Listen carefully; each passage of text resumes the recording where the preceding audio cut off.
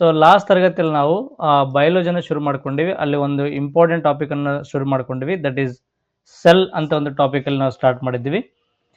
So cell ಅಂದ್ರೆ ಏನು, ಹೆಂಗಿರ್ತದೆ, cell ಕೆಲವೊಂದು cell wall, cell membrane, cytoplasm meaning ಏನು, ಮತ್ತೆ ನ್ಯೂಕ್ಲಿಯಸ್ ಅಂದ್ರೆ ಗೊತ್ತಾಯ್ತು, ನ್ಯೂಕ್ಲಿಯಸ್ ಅಲ್ಲಿ ಎಷ್ಟು ಕ್ರೋಮೋಸೋಮ್ಸ್ ಇರ್ತವೆ, D N A, jeans, chromosomes ಎಲ್ಲೆಲ್ಲಿ ಇರ್ತವೆ ಅಂತ ಗೊತ್ತಾಯ್ತು. ಇನ್ನು ಜೊತೆಗೆ ಈ ಸೆಲ್ ಕೆಲವೊಂದು ಪ್ರಮುಖ ಇಂಪಾರ್ಟೆಂಟ್ ಆಗಿರುವಂತ ಕಣದಂಗಗಳಾಗಿರುವಂತ ಯಾವುದು ನ್ಯೂಕ್ಲಿಯಸ್ ಜೊತೆಗೆ ನಾವು ನಿನ್ನೆ ಲಾಸ್ಟ್ ಕ್ಲಾಸಲ್ಲಿ ಇನ್ನೂ ಕೆಲವೊಂದು ಪ್ರಮುಖವಾಗಿರುವಂತ ರೈಬೋಸೋಮ್ಸ್ ಅಂದ್ರೆ ಏನು, ಮತ್ತೆ ಯಾವುದು ಲೈಸೋಸೋಮ್ಸ್ ಅಂದ್ರೆ ಏನು, ಎಂಡೋಪ್ಲಾಸ್ಮಿಕ್ ರೆಟಿಕ್ಯುಲಮ್, ಗಾಲ್ಗಿ ಕಾಂಪ್ಲೆಕ್ಸ್, ಸುಮಾರು ರೀತಿಯಾಗಿರುವಂತ ಸೆಲ್ ಆರ್ಗನ್ಗಳ ಬಗ್ಗೆ ನಾವು ತಿಳ್ಕೊಂಡು ಬಂದಿದ್ದೀವಿ. ಇವತ್ತು ಇನ್ನೂ ಈ ಟಾಪಿಕ್ 1 ಅವರ್ ಬೇಕಾಗ್ತದೆ. ಐ ಥಿಂಕ್ ಇವತ್ತಿನ ಫುಲ್ ಡೇ ನಾವು ಸೆಲ್ ಬಗ್ಗೆ ಸ್ಟಡಿ ಮಾಡುವಂತ ಸಾಧ್ಯತೆ ಇದೆ. ನೋಡೋಣ. ನೆಕ್ಸ್ಟ್ ಇನ್ನೊಂದು ಸೆಲ್ ಆರ್ಗನ್ ಅಲ್ಲೇ ಇದೆ, ಇದನ್ನ ನಾವು ರಸದಾನಿಗಳು ಅಂತ ಕರಿತೀವಿ. ಕನ್ನಡ ಇಂಗ್ಲಿಷ್ ಅಲ್ಲಿ ನಾವು ವ್ಯಾಕ್ಯೂಲ್ಸ್ ಅನ್ನೋ ಮೀನಿಂಗ್ ಅನ್ನು ಕೊಡ್ತದೆ. ಏನ್ ಸರ್ ರಸದಾನಿಗಳು ಎಲ್ಲಿರ್ತವೆ ಅಂದ್ರ, ಇವು ಸಸ್ಯ ಜೀವಕೋಶದಲ್ಲಿ ಮಾತ್ರ ಕಂಡು ಬರ್ತವೆ.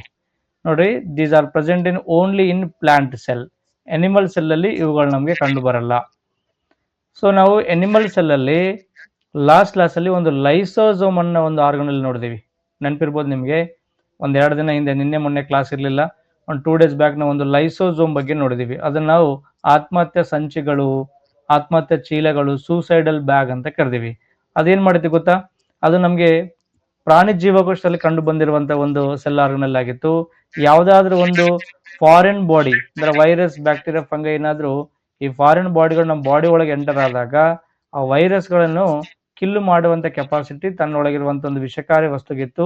ತನ್ನಷ್ಟು ತಾನೇ ಬ್ಲಾಸ್ಟ್ ಮಾಡ್ಕೊಂಡ್ಬಿಟ್ಟು ಆತ್ಮಹತ್ಯೆ ಮಾಡ್ಕೊಂಡು ಏನ್ ಮಾಡ್ತದೆ, ಅದು ಆ ಸೆಲ್ ಅನ್ನು ರಕ್ಷಣೆ ಮಾಡ್ತದೆ. ಜೀವಕೋಶದ ರಕ್ಷಕ ಅಂತ ಕರೆದಿವಿ. ಹಂಗ ಸೇಮ್ ಕೆಲಸವನ್ನು ಸಸ್ಯ ಜೀವಕೋಶದಲ್ಲಿ ಮಾಡಿಕೊಡೋರು ಯಾರು ಅಂತಂದ್ರೆ ಅದೇ ವ್ಯಾಕ್ಯೂಲ್. ಬಟ್ ಇದಕ್ಕೆ ನಾವು ಆತ್ಮಹತ್ಯೆ ಸಂಚಿ ಅಂತ ಕರೆಯಲ್ಲ, ಕರಿಬೋದಾಗಿತ್ತು. ಬಟ್ ಅದರ ಇನಿಷಿಯಲ್ ಅದಕ್ಕೆ ಕರೆದಿರೋದು, ಇದಕ್ಕೆ ಮತ್ತೊಂದು ಹೆಸರು ಕೊಡಲ್ಲ. ಇದೇನು ಬ್ಲೂ ಕಲರ್ ಕಾಣುತ್ತದೆ ನೋಡ್ರಿ, ಇದೇ ವ್ಯಾಕ್ಯೂಲ್ ಅಂತ ಕರಿತೀವಿ. ಇದ್ರೊಳಗೆ ಸಹಿತ ಒಂದು ವಿಷಕಾರಿಯಾಗಿರುವಂತ ವಸ್ತು ಇರ್ತತಿ. ಅದು ಸಹಿತ ಸಸ್ಯ ಜೀವಕೋಶಕ್ಕೆ ಏನಾದ್ರೂ ಬ್ಯಾಕ್ಟೀರಿಯಾ, ವೈರಸ್, ಫಂಗೈ ಏನಾದ್ರೂ ಎಂಟರ್ ಆದಾಗ ಅವುಗಳನ್ನು ಕಿಲ್ ಮಾಡುವಂತ ಕೆಲಸ ಯಾರು ಮಾಡ್ತಾರೆ, ವ್ಯಾಕ್ಯೂಲ್ಗಳು ಅಂತ ಮಾಡ್ತೇವೆ. ಹಂಗಾಗಿ ಇದನ್ನು ಸಸ್ಯ ಜೀವಕೋಶದ ರಕ್ಷಕ ಅಂತ ಕರಿಬಹುದು. ಸಸ್ಯ ಜೀವಕೋಶದ ರಕ್ಷಕ ಯಾರು ಅಂದ್ರ ರಸದಾನಿಗಳು, ವ್ಯಾಕ್ಯೂಲ್ಗಳು ಅಂತ ಕರಿತೀವಿ. ಅಂದ್ರೆ ಸಸ್ಯ ಜೀವಕೋಶಕ್ಕೆ ಎಂಟರ್ ಆಗಿರುವಂತಹ ಅನ್ವಾಂಟೆಡ್ ವಸ್ತುಗಳನ್ನು ಕಿಲ್ ಮಾಡಿ, ಮತ್ತೆ ಈ ಸಸ್ಯ ಜೀವಕೋಶದಲ್ಲಿ ಅನ್ವಾಂಟೆಡ್ ಡೆಡ್ ಬಾಡೀಸ್ ಇರ್ತಾವಲ್ಲ, ಎಲ್ಲ ಸತ್ತಿರುವಂತ ಡೆಡ್ ಬಾಡೀಸ್ ಇರ್ತಾವಲ್ಲ, ಅದನ್ನು ಸಹಿತ ಏನ್ ಮಾಡ್ತದೆ, ಈ ಮೆಂಬ್ರೇನ್ ಮುಖಾಂತರ ಹೊರಗೆ ಹಾಕುವಂತ ಕೆಲಸವನ್ನು ಮಾಡ್ತದೆ. ಒಟ್ಟಾರೆಯಾಗಿ ಸಸ್ಯ ಜೀವಕೋಶವನ್ನು ರಕ್ಷಣೆ ಮಾಡೋದ್ರ ಜೊತೆಗೆ ಸಸ್ಯ ಜೀವಕೋಶವನ್ನು ಕ್ಲೀನ್ ಆಗಿಡುವಂತ ಕೆಲಸವನ್ನು ಸಹಿತ ಮಾಡ್ತದೆ, ಶುದ್ಧೀಕರಣವನ್ನು ಮಾಡ್ತದೆ. ಅಲ್ಲಿ ಒಳಗಿರುವಂತ ಅನ್ವಾಂಟೆಡ್ ಆಗಿರುವಂತ ಡೆಡ್ ಬಾಡಿಗಳು, ಸತ್ತಿರುವಂತ ಬಾಡಿಗಳಾಗಿರ್ಬೋದು, ಅಥವಾ ಜೀವಕೋಶಕ್ಕೆ ಏನೇನ್ ಬೇಡವಾಗಿದ್ದಾವಲ್ಲ ಅವೆಲ್ಲ ವಸ್ತುಗಳನ್ನು ಹೊರಗಡೆ ತಗೊಂಡು ಹೋಗುವಂತ ಕೆಲಸ ಯಾರು ಮಾಡ್ತಾರೆ, ಈ ರಸದಾನಿಗಳು ಅಥವಾ ವ್ಯಾಕ್ಯೂಲ್ಗಳು ಅಂತ ಕರಿತೀವಿ. ರೈಟ್. ಈ ರೀತಿ ಏನ್ ಮಾಡ್ತದೆ, ಕೆಲಸ ಮಾಡ್ತದೆ. ಓಕೆ, ಯಾರು ನಮ್ಮ ಭಾಗ್ಯಶ್ರೀ ಮೇಡಮ್ ಅವ್ರು ಏನೋ ಒಳ್ಳೆ ಕಾಂಪ್ಲಿಮೆಂಟ್ ಕೊಡ್ತಾ ಇದಾರೆ. ಮುಂಜಾನೆ ಬಂದ್ರೆ ಸೂರ್ಯ, ಸಾಯಂಕಾಲ ಬಂದ್ರೆ ಚಂದ್ರ, ಗುರುಗಳು ನೀವು. Thank you madam, thank you. ಸ್ವಲ್ಪ ಲೈಟ್ ಕಿಟಕಿ ಪಕ್ಕದಲ್ಲಿದ್ದೀನಿ, ಮುಖದ ಮೇಲೆ ಡೈರೆಕ್ಟ್ ಲೈಟ್ ಬೀಳೋದ್ರಿಂದ ಫೇಸ್ ಅಷ್ಟು ಕರೆಕ್ಟಾಗಿ ಕಾಣ್ತಾ ಇಲ್ಲ. Okay, thank you. ಸೊ ಇಲ್ಲಿ ಲೈಸೋಸೋಮ್ ಯಾವ ರೀತಿ ಕೆಲಸ ಮಾಡ್ತದಲ್ಲ, ಅದೇ ರೀತಿ ನಮಗೆ ಸಸ್ಯ ಜೀವಕೋಶದಲ್ಲಿ ಮಾಡಿಕೊಡುವಂತ ಕೆಲಸ ಯಾರು ಮಾಡ್ತಾರೆ, ನಮ್ಗೆ ಇಲ್ಲಿ ರಸದಾನಿಗಳು ಅಥವಾ ವ್ಯಾಕ್ಯೂಲ್ಸ್ ಅಂತ ಕರಿತೀವಿ. ಹೌದಲ್ಲ, ಇದು ಸಸ್ಯ ಮತ್ತು ಪ್ರಾಣಿ ಎರಡು ಜೀವಕೋಶದಲ್ಲಿ ಡಿಫ್ರೆಂಟ್ ಆಗಿರುವಂತ ಎರಡು ಏನು ಫಾರಿನ್ ಬಾಡೀಸ್ ಅನ್ನು, ವೈರಸ್, ಬ್ಯಾಕ್ಟೀರಿಯಾ, ಫಂಗೈಗಳನ್ನು ಅಥವಾ ಜೀವಕೋಶಕ್ಕೆ ಹಾನಿ ಮಾಡುವಂತ ಏನ್ ಪ್ರಸಂಗ ಒದಗಿ ಬಂದಿರುತ್ತಲ್ಲ, ಅದನ್ನು ಕ್ಲೀನ್ ಅಪ್ ಮಾಡಿ ಅವುಗಳನ್ನು ಡೆಡ್ ಬಾಡೀಸ್ ಅನ್ನು ಮತ್ತೆ ಆ ಸೆಲ್ಲಿಂದ ಹೊರಗೆ ಹಾಕುವಂತ ಕೆಲಸ ಯಾರು ಮಾಡ್ತಾರೆ, ಇಲ್ಲಿ ರಸದಾನಿಗಳು ಅನ್ನೋ ಒಂದು ಕಾನ್ಸೆಪ್ಟ್ ನಾವಿಲ್ಲಿ ನೋಡ್ತೀವಿ. ಎಸ್, ಇನ್ನು ನೆಕ್ಸ್ಟ್ ಹೋಗ್ತೀವಿ ನಾವು. ಇಲ್ಲಿ ಪ್ಲಾಸ್ಟಿಡ್ಗಳು ಅಂತ ಬರ್ತವೆ. ಏನು, ಪ್ಲಾಸ್ಟಿಡ್ಗಳು ಅಂತ ಬರ್ತವೆ. ಈಗ ನಾವು ಇಂಗ್ಲಿಷ್ ಅಲ್ಲಿ ಸಹಿತ ಪ್ಲಾಸ್ಟಿಡ್ಗಳು ಅಂತ ಕರಿತೀವಿ, ಕನ್ನಡದಲ್ಲಿ ಸಹಿತ ಪ್ಲಾಸ್ಟಿಡ್ಗಳು. ಕನ್ನಡದಲ್ಲಿ ಇನ್ನೂ ಸ್ವಲ್ಪ ಡೀಪ್ ಹೋದ್ರೆ ವರ್ಣಕಗಳು ಅಂತ ಕರಿತೀವಿ. ಏನು, ವರ್ಣಕಗಳು, ಪ್ಲಾಸ್ಟಿಡ್ಗಳು ಅಂತ ಕರಿತೀವಿ. ಇವು ಸಸ್ಯ ಮತ್ತು ಶೈವಲಗಳಲ್ಲಿ ಕಂಡು ಬರ್ತವೆ.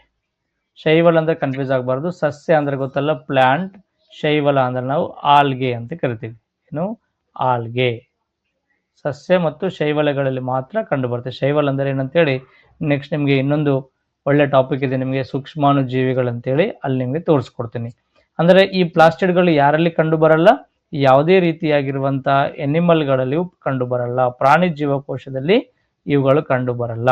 ಇಲ್ಲಿ ನೋಡ್ತೀವಿ ಸಸ್ಯ ಮತ್ತು ಶೈವಲಗಳ ಜೀವಕೋಶಗಳಿಗೆ ಮಾತ್ರ ಕಂಡು ಬರ್ತವೆ. ಪ್ರಾಣಿ, ಶಿಲೀಂಧ್ರ ಮತ್ತು ಬ್ಯಾಕ್ಟೀರಿಯಾಗಳಲ್ಲಿ ಇವು ಕಂಡು ಬರುವುದಿಲ್ಲ. ಏನ್ ಸರ್ ಇವು ಪ್ಲಾಸ್ಟಿಡ್ಗಳು ಅಂತಂದ್ರೆ, ಇವು ಸಸ್ಯಗಳಿಗೆ ಕಲರಿಂಗ್ ಅನ್ನು, ಬಣ್ಣಗಳನ್ನು ಕೊಡುವಂತ ವಸ್ತುಗಳು. ಏನು ಕೊಡುವಂತ ವಸ್ತುಗಳು? ಬಣ್ಣಗಳನ್ನು ಕೊಡುವಂತ ವಸ್ತುಗಳು. ಜೊತೆಗೆ ಈ ಪ್ಲಾಸ್ಟಿಡ್ಗಳಲ್ಲಿ ನಮಗೆ ಸೂರ್ಯನ ಬೆಳಕಿನ ಸಹಾಯದಿಂದ ನಮಗೆ ಕೇಳಿದಿರ್ಬೋದು ನೀವು, ದ್ಯುತಿ ಸಂಶ್ಲೇಷಣೆ ಕ್ರಿಯೆ ಅಂತ ನಡೀತದೆ. ಅದು ಮುಂದಿನ ಸ್ಲೈಡ್ ಅಲ್ಲಿ ನಿಮ್ಗೆ ತಿಳಿಸ್ಕೊಡ್ತೀನಿ. ಗೊತ್ತಲ್ಲ ನಿಮಗೆ, ಒಂದೊಂದು ಸಸ್ಯಗಳಿಗೆ ಏನು ಎಲೆಗಳು ನೋಡಿದ್ರೆ ಹಸಿರು ಕಲರ್ ಇರ್ತವೆ, ಹೂಗಳು ನೋಡಿದ್ರೆ ಆರೆಂಜು, ಯೆಲ್ಲೋ, ವೈಟು, ಬೇರೆ ಬೇರೆ ಕಲರ್ಸ್ ಇರ್ತವೆ. ಹಣ್ಣುಗಳು ನೋಡಿದ್ರೆ ಕಾಯಿ ಇದ್ದಾಗ ಗ್ರೀನ್ ಕಲರು, ಹಣ್ಣಿದ್ದಾಗ ಬೇರೆ ಬೇರೆ ಕಲರ್ ಕನ್ವರ್ಟ್ ಆಗುತ್ತಲ್ಲ. ಹಿಂಗ ಸಸ್ಯಗಳ ಎಲೆ, ಏನು ಹೂವು, ಹಣ್ಣು, ಮೊಗ್ಗು, ಇವುಗಳಿಗೆ ಕಾರಣವಾಗಿರುವಂತ ಒಂದು ವರ್ಣಕಗಳನ್ನ ನಾವೇನಂತ ಕರಿತೀವಿ? ಪ್ಲಾಸ್ಟಿಡ್ಗಳು ಅಂತ ಕರಿತೀವಿ. ಇಲ್ಲಿ ಲ್ಯೂಕೋಪ್ಲಾಸ್ಟ್ಗಳಂತೇಳಿ, ಕ್ಲೋರೋಪ್ಲಾಸ್ಟ್ಗಳಂತೇಳಿ, ಎಲೈಯೋಪ್ಲಾಸ್ಟ್ಗಳಂತ ಸುಮಾರು ರೀತಿಯಾಗಿರುವಂತಹ ಪ್ಲಾಸ್ಟಿಡ್ಗಳ ಮೇಲೆ ಕ್ವಶನ್ ನಮಗೆ ಬರ್ತವೆ. ಬಟ್ ಈ ಟಾಪಿಕ್ ಅಲ್ಲಿ, ಸೆಲ್ ಅನ್ನೋ ಟಾಪಿಕ್ ಅಲ್ಲಿ ನಾವು ಪರ್ಟಿಕ್ಯುಲರ್ ಆಗಿ ಫೋಕಸ್ ಮಾಡೋದು ಮಾತ್ರ ಕ್ಲೋರೋಪ್ಲಾಸ್ಟ್ಗಳ ಬಗ್ಗೆ ಸ್ಟಡಿ ಮಾಡ್ತೀವಿ. ಕೇಳಿರೋ ವರ್ಡ್ ನೀವು, ಕ್ಲೋರೋಪ್ಲಾಸ್ಟ್ ಅಂತ ಹೇಳಿ. ಈ ಕ್ಲೋರೋಪ್ಲಾಸ್ಟ್ ಅನ್ನು ನಾವು ಕನ್ನಡದಲ್ಲಿ ಪತ್ರ ಹರಿತು ಅಂತ ಕರಿತೀವಿ. ಏನು? ಪತ್ರ ಹರಿತು, ಕ್ಲೋರೋಪ್ಲಾಸ್ಟ್. ಸಸ್ಯಗಳು ಏನು ಎಲೆಗಳು ಗ್ರೀನ್ ಬಣ್ಣದಲ್ಲಿ ಕಾಣಬೇಕಾದ್ರ ಪ್ರಮುಖ ಕಾರಣನೇ ನಮಗೆ ಕ್ಲೋರೋಪ್ಲಾಸ್ಟ್. ಒಳಗಡೆ ಇನ್ನೊಂದು ವರ್ಣಕ್ಕಿದೆ, ಅದು ನಾವು ಕ್ಲೋರೋಫಿಲ್ ಅಂತ ಕರಿತೀವಿ. ಈ ಪ್ಲಾಸ್ಟಿಡ್ಗಳಲ್ಲಿ ಸುಮಾರು ಟೈಪ್ಸ್ ಅದಾವೆ. ಪ್ಲಾಸ್ಟಿಡ್ಗಳಂದ್ರೆ ನೀವು ಅರ್ಥ ಮಾಡ್ಕೋಬೇಕು, ಈ ಸಸ್ಯದ ವಿವಿಧ ಅಂಶಗಳಿಗೆ ಬಣ್ಣಗಳನ್ನು ಕೊಡುವಂತ ವಸ್ತುಗಳು.